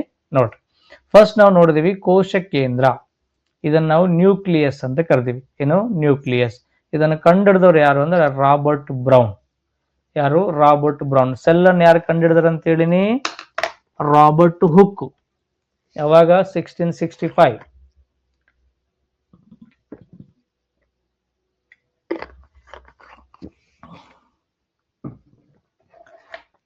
ರಾಬರ್ಟ್ ಹುಕ್ ಅನ್ನೋರು ಸೆಲ್ ಅನ್ನು ಕಂಡಿಡಿದಾರೆ. ಒಳಗೊಂದು ನ್ಯೂಕ್ಲಿಯಸ್ ಇದೆ ಅಂತ ಹೇಳಿ ಕಂಡಿಡಿದವ್ರು ಯಾರು? Robert brown. ಇದರ ಮೇಲಿನ ನಾವು ಸೆಲ್ ಅನ್ನು ಮತ್ತೆ 2 ಟೈಪ್ ಡಿವೈಡ್ ಗೊತ್ತಾ? ನ್ಯೂಕ್ಲಿಯಸ್ ಇದ್ದರೇನು, ಇಲ್ಲ ಅಂದ್ರೆ ಏನು ಡಿವೈಡ್ ಮಾಡಿದೀವಿ. ಇದ್ರ ಯೂಕ್ಯಾರಿಯೋಟಿಕ್, ಇಲ್ಲ ಅಂದ್ರೆ ಪ್ರೋಕ್ಯಾರಿಯೋಟಿಕ್ ಅಂತ ಕರೆದೀವಿ. ಸೊ ಮನುಷ್ಯ ಎಂತ ಜೀವಿಯಾಗಿದ್ದಾನೆ? ಮನುಷ್ಯನನ್ನು ನಾವು ಯೂಕ್ಯಾರಿಯೋಟಿಕ್ ಅಂತ ಕರಿತೀವಿ. So human cell have A definite nucleus, ನಮಗೆ ಒಂದು ಡೆಫಿನೆಟ್ ಆಗಿರುವಂತಹ ಕೋಶ ಕೇಂದ್ರ ಇದೆ, ನಾವು ಯೂಕ್ಯಾರಿಯೋಟಿಕ್ ಜೀವಿಗಳಾಗಿದ್ದೇವೆ ಅಂತ ನೋಡ್ತೀವಿ. ಕೆಲವೊಂದಿಗೆ ಈ ನ್ಯೂಕ್ಲಿಯಸ್ ಅನ್ನೋದೇ ಇಲ್ಲ, ಇಡೀ ಸೆಲ್ಲೇ ತನ್ನ ಬಾಡಿನ ಕಂಟ್ರೋಲ್ ಮಾಡ್ತದೆ, ಅವಕ್ಕೆ ನಾವು ಪ್ರೋಕ್ಯಾರಿಯೋಟಿಕ್ ಅಂತ ಕರಿತೀವಿ. ಇದೇ ನ್ಯೂಕ್ಲಿಯಸ್ ಅನ್ನು ನಿಮ್ಗೆ ಅರ್ಥ ಜೀವಕೋಶದ ನಿಯಂತ್ರಣ ಮಾಡ್ತದೆ. So it controls whole cell. ಇದರ ವಿಶೇಷತೆ ಏನಪ್ಪಾ ಅಂದ್ರ ಜೀವಕೋಶದ ಅತಿ ದೊಡ್ಡ ಕಣದಂಗ. ಇದನ್ನ ನಾನು ಕ್ಲಾಸಲ್ಲಿ ರಿಪೀಟ್ ಮಾಡಿ ನಿಮಗೆ, ಲಾರ್ಜೆಸ್ಟ್ ಸೆಲ್ ಆರ್ಗನ್ ಅಲ್ಲೇ ಯಾವುದು ಇದೆ? ಸೆಕೆಂಡ್ ಲಾರ್ಜೆಸ್ಟ್ ಮೈಟೋಕಾಂಡ್ರಿಯಾ, ಎಲ್ಲಕ್ಕಿಂತ ಸ್ಮಾಲೆಸ್ಟ್ ರೈಬೋಸೋಮ್. 3 ನೆನ್ಪಿಟ್ಕೋಬೇಕು ನಿಮ್ಗೆ. ಇನ್ನ ಮೈಟೋಕಾಂಡ್ರಿಯಾ ಬಗ್ಗೆ ನಾವು ತಿಳ್ಕೊಂಡಿವಿ. ಮೈಟೋಕಾಂಡ್ರಿಯಾ ಕಂಡಿಡಿದವನು ಕೊಲ್ಲಿಕರ್, ಹೆಸರು ಕೊಟ್ಟವ್ರು ಯಾರು? ಬೆಂಡಾ. ನೇಮಿಂಗ್ ಕೊಟ್ಟವನು ಯಾರು? ಬೆಂಡಾ ಅಂತ ನೋಡಿದೀವಿ. ಇದನ್ನ ನಾವು ಶಕ್ತಿಯ ಉತ್ಪಾದನೆ, energy currency, power house of a cell, ಯಾವುದು? Power house of a cell, energy currency ಅಂತ ಕರೆದಿವಿ. ಶಕ್ತಿಯ ಉತ್ಪಾದನೆ, ಇದನ್ನು ಶಕ್ತಿ ಉತ್ಪಾದನಾ ಕೇಂದ್ರ ಮತ್ತು ಉಸಿರಾಟದ ಕೇಂದ್ರ, ಇದು ಬಹಳ important. Respiratory centre of a cell ಯಾವ್ದಂದ್ರ ಮೈಟೋಕಾಂಡ್ರಿಯಾ. ಮನುಷ್ಯ ಶ್ವಾಸಕೋಶಗಳ ಮುಖಾಂತರ ಹೆಂಗ್ ಉಸಿರಾಟ ಮಾಡ್ತಾನಲ್ಲ, ಸೆಲ್ಲು ಮೈಟೋಕಾಂಡ್ರಿಯಾ ಮುಖಾಂತರ ಉಸಿರಾಟ ಮಾಡ್ತೈತಿ. ಅದು ಬದುಕಬೇಕಾದ್ರೆ ಅದು ಏರೋಬಿಕ್ ರೆಸ್ಪಿರೇಷನ್ ಇದೆ, ವಾಯುವಿಕೆ ಏನು ಉಸಿರಾಟವನ್ನು ಮಾಡ್ತದೆ ಅಂತ ನೋಡ್ತೀವಿ. ಇನ್ನು ರೈಬೋಸೋಮ್ಗಳ ಬಗ್ಗೆ ನೋಡಿದ್ವಿ. ರೈಬೋಸೋಮ್ಗಳ ಕಂಡದ ವಿಜ್ಞಾನಿ ಜಾರ್ಜ್ ಪೆಲ್ಲಾಡೆ. ಯಾರು? ಜಾರ್ಜ್ ಪೆಲ್ಲಾಡೆ ಅನ್ನೋ ಸೈಂಟಿಸ್ಟ್ ಕಂಡಿಡ್ತಾನೆ. ಹೇಳಿನಿ, ಇದೇ ಪ್ರೋಟೀನ್ ನ ಉತ್ಪಾದನೆ. ಬಯೋಲಜಿಯಲ್ಲಿ ಎಲ್ಲಿ ನಿಮ್ಗೆ ರೈಬೋ ಅನ್ನೋ ವರ್ಡ್ ಬರ್ತದೋ ಅಲ್ಲಿ ಪ್ರೋಟೀನ್ ಅನ್ನೋ ಪದವನ್ನು ನೀವು ನೆನ್ಪಿಟ್ಕೋಬೇಕು. ರೈಬೋಸೋಮ್ ನ ಕೆಲಸ ಏನು? ಪ್ರೋಟೀನ್ ಉತ್ಪಾದನೆ. ಇದನ್ನೇ ಪ್ರೋಟೀನ್ ನ ಕಾರ್ಖಾನೆ ಅಂತ ಕರೆದಿವೆ, ಪ್ರೋಟೀನ್ ಫ್ಯಾಕ್ಟರಿ. ವಿಶೇಷ ಇದರದೇ ಅತಿ ಚಿಕ್ಕದಾಗಿರುವಂತ ಕಣದಂಗ, ಇದು ಬರ್ದಿಲ್ಲ ನಾನು, ಚಿಕ್ಕದಾಗಿರುವಂತ ಕಣದಂಗ. ಸ್ಮಾಲೆಸ್ಟ್ ಸೆಲ್ ಆರ್ಗನ್ ಅಲ್ಲೇ ಯಾವುದು ಅಂತಂದ್ರೆ ರೈಬೋಸೋಮ್ಸ್. ಯಾವುದು? ರೈಬೋಸೋಮ್ಸ್. ಇನ್ನ ಎಂಡೋಪ್ಲಾಸ್ಮಿಕ್ ರೆಟಿಕ್ಯುಲಮ್, ಒಳಜೀವ ರಸಜಾಲ ಅಂತ ಕರಿತೀವಿ. ಎಂಡೋಪ್ಲಾಸ್ಮಿಕ್ ರೆಟಿಕ್ಯುಲಮ್, ಇದನ್ನು ಖೈತ್ ಪೋರ್ಟರ್ ಅನ್ನೋ ವಿಜ್ಞಾನ ಕಂಡಿಡ್ತಾನೆ. ಪ್ರೋಟೀನ್ ನ ಸಂಗ್ರಹ ಮತ್ತು ಸಾಗಾಣಿಕೆ, ಪ್ರೋಟೀನ್ ನ ಸಂಗ್ರಹ ಮತ್ತು ಸಾಗಾಣಿಕೆ ಹೇಳಿ ನಿಮ್ಗೆ. Ribosome, Golgi complex, endoplasmic reticulum, ಈ 3 ಸಹಿತ ಪ್ರೋಟೀನ್ ನ ಬಗ್ಗೆನೇ ಕೆಲಸ ಮಾಡ್ತವೆ. ಇದು ಪ್ರೊಡಕ್ಷನ್ ಮಾಡ್ತತಿ, ಇದು ಪ್ರೊಸೆಸಿಂಗ್ ಮಾಡ್ತತಿ, ಇದು ಟ್ರಾನ್ಸ್ಪೋರ್ಟ್ ಮಾಡ್ತದೆ ಅಂತ ಹೇಳಿ. ಅದರ ಜೊತೆಗೆ ಇನ್ನೂ ಬೇರೆ ಬೇರೆ ಫಂಕ್ಷನ್ಸ್ ಅದಾವೆ, ಮುಖ್ಯವಾಗಿರುವಂತ ಫಂಕ್ಷನ್ಸ್ ಇವೆ. ಪ್ರೋಟೀನ್ ಅನ್ನು ಸಂಗ್ರಹ ಮಾಡ್ಕೊಂಡ್ಬಿಡ್ತದೆ, ಸ್ಟೋರೇಜ್ ಮಾಡ್ಕೊಂಡು ಬೇಕಾದಾಗ ಯಾವ ಒಂದು ಕಣದಂಗ ಬೇಕು ಅದಕ್ಕೆ ಹೋಗಿ ಹಾಕಿ ಬರ್ತತಿ, ತಗೋಪ್ಪ ನೀನು ಇಟ್ಟು ಅಂತ ಹೇಳಿ ಕೊಟ್ಟು ಬರ್ತತಿ, ಸಾಗಾಣಿಕೆ ಮಾಡ್ತತಿ ಅಂತ ನೋಡ್ತೀವಿ. ಜೀವಕೋಶದ ಸಾಗಾಣಿಕೆ ಕಣದಂಗ ಟ್ರಾನ್ಸ್ಪೋರ್ಟೇಷನ್ ಆರ್ಗನ್ ಅಲ್ಲೇ ಇದು ಟ್ರಾನ್ಸ್ಪೋರ್ಟ್ ಮಾಡ್ತತಿ. ಏನನ್ನು? ಪ್ರೋಟೀನ್ ಅನ್ನು ಟ್ರಾನ್ಸ್ಪೋರ್ಟ್ ಮಾಡ್ತತಿ. ಜೀವಕೋಶಕ್ಕೆ ಬೇಕಾಗಿರುವಂತ ವಿಟಾಮಿನ್ಗಳನ್ನು, ಪ್ರೋಟೀನ್ಗಳನ್ನು, ಲಿಪಿಡ್ಗಳನ್ನು, ಏನೇನು ಬೇರೆ ಬೇರೆ ಅಂಗಗಳಿಗೆ ಬೇಕು ಎಲ್ಲವನ್ನು ಸಹಿತ ಟ್ರಾನ್ಸ್ಪೋರ್ಟ್ ಮಾಡುವಂತ ಕೆಲಸ ಯಾರು ಮಾಡ್ತಾರೆ? Endoplasmic reticulum. ಇಲ್ಲಿ 2 ಅದಾವೆ, ಒಂದು ಸ್ಮೂತ್ ಎಂಡೋಪ್ಲಾಸ್ಮಿಕ್ ರೆಟಿಕ್ಯುಲಮ್, ಇನ್ನೊಂದು ರಫ್ ಎಂಡೋಪ್ಲಾಸ್ಮಿಕ್ ರೆಟಿಕ್ಯುಲಮ್ ಅಂತ ನೋಡ್ತೀವಿ. ನೆನ್ಪಿಟ್ಕೋಬೇಕು. ಇನ್ನು ಗಾಲ್ಗಿ ಕಾಂಪ್ಲೆಕ್ಸ್, ಇದನ್ನು ಕಂಡಿಡಿದ ವಿಜ್ಞಾನಿ ಕೆಮಿಲಿಯೋ ಗಾಲ್ಗಿ ಅನ್ನೋ ವಿಜ್ಞಾನಿ ಕಂಡಿಡ್ತಾನೆ. ಕೆಮಿಲಿಯೋ ಗಾಲ್ಗಿ ಕಂಡಿಡುವಂತ ಒಂದು ಸೆಲ್ ಆರ್ಗನ್ ಅಲ್ಲೇ ಇದೆ ಪ್ರೋಟೀನ್ ನ ಸಂಸ್ಕರಣೆ, ಪ್ರೋಟೀನ್ ಅನ್ನು ಪ್ರೊಸೆಸಿಂಗ್ ಮಾಡ್ತತಿ. ದೊಡ್ಡದಾಗಿರುವಂತ ಕಾಂಪ್ಲೆಕ್ಸ್ ರೂಪದಲ್ಲಿರುವಂತ ಪ್ರೋಟೀನ್ ಅನ್ನು ಸಿಂಪ್ಲೆಸ್ಟ್ ಫಾರ್ಮ್ಗೆ ಕನ್ವರ್ಟ್ ಮಾಡಿ ಅದು ಯಾರಿಗೆ ಕೊಡ್ತತಿ? ಎಂಡೋಪ್ಲಾಸ್ಮಿಕ್ ಕೊಟ್ಟು, ನನ್ನ ಕೆಲಸ ಮುಗಿತಪ್ಪ, ಹೋಗಿ ಹಾಕ್ ಬನ್ನಿ, ಯಾರ್ಯಾರಿಗೆ ಪ್ರೋಟೀನ್ ಬೇಕೋ ಕೊಟ್ಟು ಬಾ ಅಂತ ಹೇಳಿ ಕೊಡ್ತತಿ ಅದು. ಇನ್ನು ಇದನ್ನ ನಾವು ಸ್ರವಿಕೀಯ ಕಣದಂಗ ಅಂತ ಕರಿತೀವಿ, ಸೀಕ್ರಿಟರಿ ಸೆಲ್ ಆರ್ಗನ್ ಅಲ್ಲಿ. ಯಾಕಂದ್ರೆ ಪ್ರೋಟೀನ್ ಅನ್ನು ಸಂಸ್ಕರಣೆ ಮಾಡಿ ಬೇರೆ ಬೇರೆಕ್ಕೆಲ್ಲ ಸೆಂಡ್ ಮಾಡಬೇಕಾದ್ರೆ ನಾವು ಸ್ರವಿಕೀಯ ಕಣದಂಗ ಅಂತ ಕರಿತೀವಿ. ಇನ್ನು ರಸದಾನಿಗಳು, ವ್ಯಾಕ್ಯೂಲ್ಸ್ ಅಂತ ನೋಡಿದ್ವಿ. ಇದನ್ನು ಸ್ಪಲ್ಲಾಂಜಾನಿ, ಇಂಗ್ಲಿಷ್ ಹೆಸರಿವೆಲ್ಲ, ಸ್ಪಲ್ಲಾಂಜಾನಿನ ವಿಜ್ಞಾನಿ ಕಂಡಿಡ್ತಾನೆ. ನೀರು ಮತ್ತು ತ್ಯಾಜ್ಯಗಳನ್ನು ಸಂಗ್ರಹ ಮತ್ತು ಸಾಗಾಣಿಕೆ ಮಾಡ್ತತಿ. ನೀರು ಮತ್ತು ತ್ಯಾಜ್ಯ ವಸ್ತುಗಳನ್ನು ಸಂಗ್ರಹ ಮತ್ತು ಸಾಗಾಣಿಕೆ ಮಾಡ್ತದೆ. ಎಸ್ಪೆಷಲ್ ಆಗಿ ನಮಗೆ ಸಸ್ಯ ಜೀವಕೋಶದಲ್ಲಿ ಹೆಚ್ಚಾಗಿ ಕಂಡು ಬರ್ತವೆ ಅಂತ ನೋಡ್ತೀವಿ. ಜೀವಕೋಶದ ಶುಚಿಕಾರಿ, cleaner of a cell, scavengers ಅಂತ ಕರಿತೀವಿ. ಕ್ಲೀನ್ ಮಾಡ್ತೈತೆ ಎಲ್ಲ. ಸೆಲ್ ಅಲ್ಲಿ ಏನೇನು ಡೆಡ್ ಬಾಡಿಗಳವ, ಏನೇನು ತ್ಯಾಜ್ಯಗಳವ ಎಲ್ಲನೂ ಸಹಿತ ಜೀವಕೋಶದ ಪೊರೆಯ ಮುಖಾಂತರ ಹೊರಗೆ ಹಾಕ್ತತಿ. ಇನ್ನು ಕ್ಲೋರೋಪ್ಲಾಸ್ಟ್ ಬಗ್ಗೆ ತುಂಬಾನೇ ಡೀಟೇಲ್ ಆಗಿ ಸ್ಟಡಿ ಮಾಡಿದ್ವಿ. ಕ್ಲೋರೋಪ್ಲಾಸ್ಟ್ ಇವೆಲ್ಲ ಪ್ಲಾಸ್ಟಿಡ್ಗಳಲ್ಲಿ ಒಂದು ವಿಧ. ಸಸ್ಯಕ್ಕೆ ಬಣ್ಣಗಳನ್ನು ಕೊಡುವುದನ್ನೇ ಪ್ಲಾಸ್ಟಿಡ್ಗಳು ಅಂತ ಕರಿತೀವಿ. ಲ್ಯೂಕೋಪ್ಲಾಸ್ಟ್, ಕ್ಲೋರೋಪ್ಲಾಸ್ಟ್, ಕ್ರೋಮೋಪ್ಲಾಸ್ಟ್, ಎಲೈಯೋಪ್ಲಾಸ್ಟ್, ಇಲಿಯೋಪ್ಲಾಸ್ಟ್, ಸುಮಾರು ರೀತಿಯಾಗಿರುವಂತಹ ಪ್ಲಾಸ್ಟಿಡ್ಗಳಿದಾವೆ. ಅಲ್ಲ ಮುಖ್ಯವಾಗಿ ಬೇಕಾಗಿರೋದು ಕ್ಲೋರೋಪ್ಲಾಸ್ಟ್ಗಳಂತೇಳಿ. ಇದನ್ನು ವಿಲಿಯಂ ಶಿಂಫರ್ನ ವಿಜ್ಞಾನಿ ಕಂಡುಹಿಡಿತಾನೆ. ಸಸ್ಯಗಳಲ್ಲಿ ಶಕ್ತಿಯ ಬಿಡುಗಡೆಗೆ ಕಾರಣ ಇಲ್ಲೇ ಯಾವ ಪ್ರೊಸೆಸ್ ನಡೀತದೆ? ದ್ಯುತಿ ಸಂಶ್ಲೇಷಣೆ ಕ್ರಿಯೆ ನಡೀತದೆ. ಕ್ವಶನ್ ರೈಸ್ ಆಗಿದೆ, ಬೇರುಗಳು ಹೀರಿಕೊಂಡಿರುವಂತಹ ಒಟ್ಟು ನೀರಿನ ಪ್ರಮಾಣದಲ್ಲಿ ದ್ಯುತಿ ಸಂಶ್ಲೇಷಣೆಗೆ ಎಷ್ಟು ನೀರು ಬೇಕಂತ ಕೇಳಿದ್ರೆ ಬರೇ 1% ಸಾಕು. ಸಸ್ಯದ ಮೇಲೆ ಬಿದ್ದಿರುವಂತಹ ಒಟ್ಟು ಬೆಳಕಿನ ಪ್ರಮಾಣದಲ್ಲಿ ಎಷ್ಟು ಪ್ರಮಾಣ ಬೆಳಕನ್ನು ಹೀರಿಕೊಳ್ಳುತ್ತವೆ ಫೋಟೋಸಿಂಥಸಿಸ್ಗೆ ಅಂತಂದ್ರೆ ಕೇವಲ 1-2% ಮಾತ್ರ ಹೀರಿಕೊಳ್ತವೆ. ಇಲ್ಲೇ ಪ್ಲಾಸ್ಟಿಡ್ ಕ್ಲೋರೋಪ್ಲಾಸ್ಟ್ ಏನ್ ನಡೀತದೆ, ನಮಗೆ ಏನ್ ನಡೀತದೆ? ದ್ಯುತಿ ಸಂಶ್ಲೇಷಣೆ ಕ್ರಿಯೆ ನಡೀತದೆ. ಏನ್ ನಡೀತದೆ? ದ್ಯುತಿ ಸಂಶ್ಲೇಷಣೆ ಕ್ರಿಯೆ ಅಂತ ನಡೀತದೆ. ನೋಡಿ, ಇಲ್ಲಿ ಕ್ಲೋರೋಪ್ಲಾಸ್ಟ್ ಬಗ್ಗೆ ಇನ್ನು ಸ್ವಲ್ಪ ಇನ್ಫಾರ್ಮೇಶನ್ ಕೊಡ್ತೀನಿ. ಕ್ಲೋರೋಪ್ಲಾಸ್ಟ್ಗಳಲ್ಲಿ ಒಂದು ಏನು ಕಲರಿಂಗ್ ಕೊಡುವಂತ ವಸ್ತು ನಾವು ಕ್ಲೋರೋಫಿಲ್ ಅಂತ ಕರಿತೀವಿ. ಯಾವ ಫಿಲ್? ಕ್ಲೋರೋಫಿಲ್. ಇದೇ ಹಸಿರು ಸಸ್ಯಗಳು ಹಸಿರು ಬಣ್ಣದಲ್ಲಿರಲು ಕಾರಣವಾಗಿರುವಂತ ವರ್ಣಕ. ಈ ಕ್ಲೋರೋಫಿಲ್ ಇಂದ ನಮ್ಗೆ ಏನಾಗ್ತದೆ? ಗ್ರೀನ್ ಕಲರ್ ಅಲ್ಲಿ ಕಾಣ್ತದೆ ಅಂತ ನೋಡ್ತೀವಿ. ಈ ಕ್ಲೋರೋಫಿಲ್ಗಳಲ್ಲಿ ಮ್ಯಾಗ್ನೀಷಿಯಂ ಎಂಬ ಒಂದು ಮೆಟಲ್ ಕಂಡು ಬರ್ತದೆ ನೋಡ್ರಿ. ಇದನ್ನು ಕ್ವಶನ್ ರಿಪೀಟ್ ಆಗಿದೆ. ಪ್ಲಾಸ್ಮಾದಲ್ಲಿ, ಬ್ಲಡ್ ಪ್ಲಾಸ್ಮಾದಲ್ಲಿ ಯಾವುದು? ಮತ್ತೆ ಕ್ಲೋರೋಫಿಲ್ ಯಾವುದು ಅಂತ ಸುಮಾರು ಬಾರಿ ರಿಪೀಟ್ ಆಗ್ತದೆ. ಪ್ಲಾಸ್ಮಾದಲ್ಲಿ ಸೋಡಿಯಂ ಇರ್ತದೆ, ಮತ್ತೆ ಕ್ಲೋರೋಫಿಲ್ ನಲ್ಲಿ ಮ್ಯಾಗ್ನೀಷಿಯಂ ಎಂಬ ಎಲಿಮೆಂಟ್ ನಾವು ನೋಡ್ತೀವಿ. ಇನ್ನು ಸೆಂಟ್ರಿಯೋಲ್ ಬಗ್ಗೆ ನೋಡಿದ್ವಿ. ಸೆಂಟ್ರಿಯೋಲ್ ಇದನ್ನು ಬೆಂಡೇನ್ ಎನ್ನುವ ಸೈಂಟಿಸ್ಟ್ ಕಂಡಿಡ್ತಾನೆ. ಕೋಶ ವಿಭಜನೆಗೆ ನಮಗೆ ಸಹಾಯ ಮಾಡ್ತತಿ. ಇದರ ವಿಶೇಷತೆ ಕೋಶ ವಿಭಜನೆ, ಸೆಲ್ ಡಿವಿಷನ್. ಇನ್ನು ಕಿರು ಕೋಶ ಕೇಂದ್ರ, ಇದ್ರ ಬಗ್ಗೆ ನಿಮ್ಗೆ ಹೇಳಿಲ್ಲ, ಕೇಳ್ಬೇಕಿಲ್ಲಿ. ಕಿರು ಕೋಶ ಕೇಂದ್ರವನ್ನು ನಾವು ಇಂಗ್ಲಿಷ್ ಅಲ್ಲಿ ನ್ಯೂಕ್ಲಿಯೋಲಸ್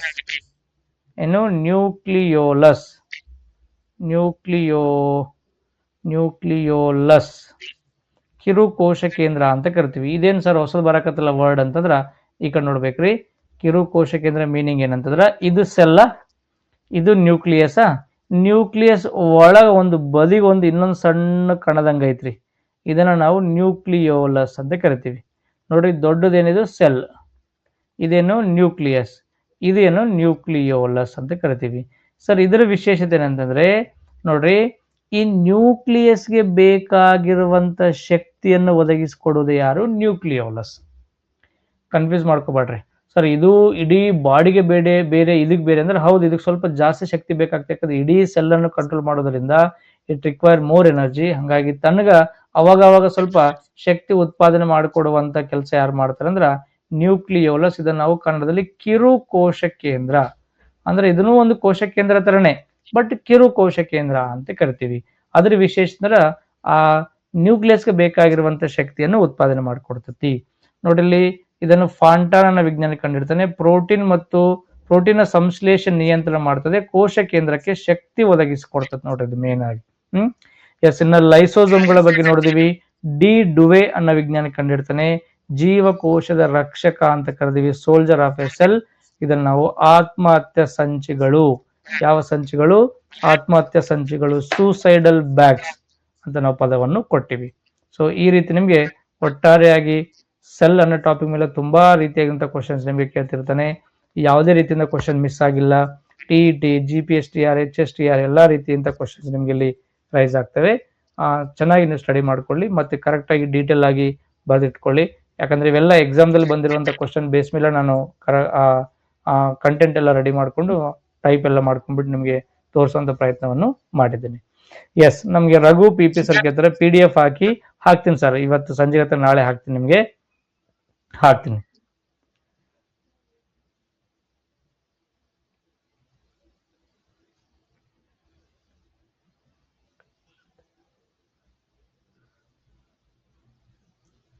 ಎಸ್ ನೋಡಿ, ಮತ್ತೆ ಕನ್ಫ್ಯೂಸ್ ಮಾಡ್ಕೋಬೇಡ್ರಿ. ಬಯಾಲಜಿ ಕ್ಲಾಸಸ್ ಜೀವಶಾಸ್ತ್ರ 4 ಎಂಬ ಫೋಲ್ಡರ್ ಅಲ್ಲಿ ಇದೆ. ಆ ಫೋಲ್ಡರ್ ಸರ್ಚ್ ಮಾಡಿ. ರೆಕಾರ್ಡ್ ಕ್ಲಾಸ್ ಯಾರು ಕೇಳ್ತಾ ಇದ್ರು ಅವರು ಬಯಾಲಜಿ 4 ಎಂಬ ಫೋಲ್ಡರ್ ಅಲ್ಲಿ ಕ್ಲಾಸಸ್ ಸ್ಟೋರೇಜ್ ಆಗ್ತದೆ, ಅಲ್ಲಿ ನೀವು ಸರ್ಚ್ ಮಾಡಬಹುದು.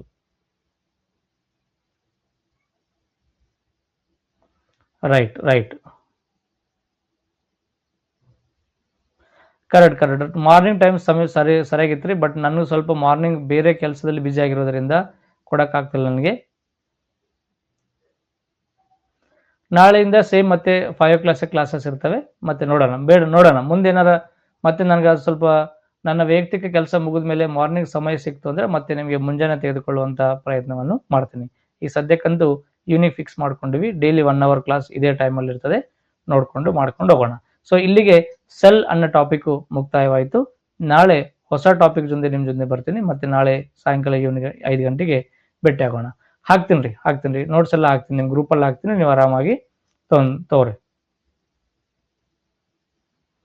Right, thank you for watching. ಮತ್ತೆ ನಾಳೆ ಸಾಯಂಕಾಲ 5 ಗಂಟೆಗೆ ಭೇಟಿ ಆಗೋಣ.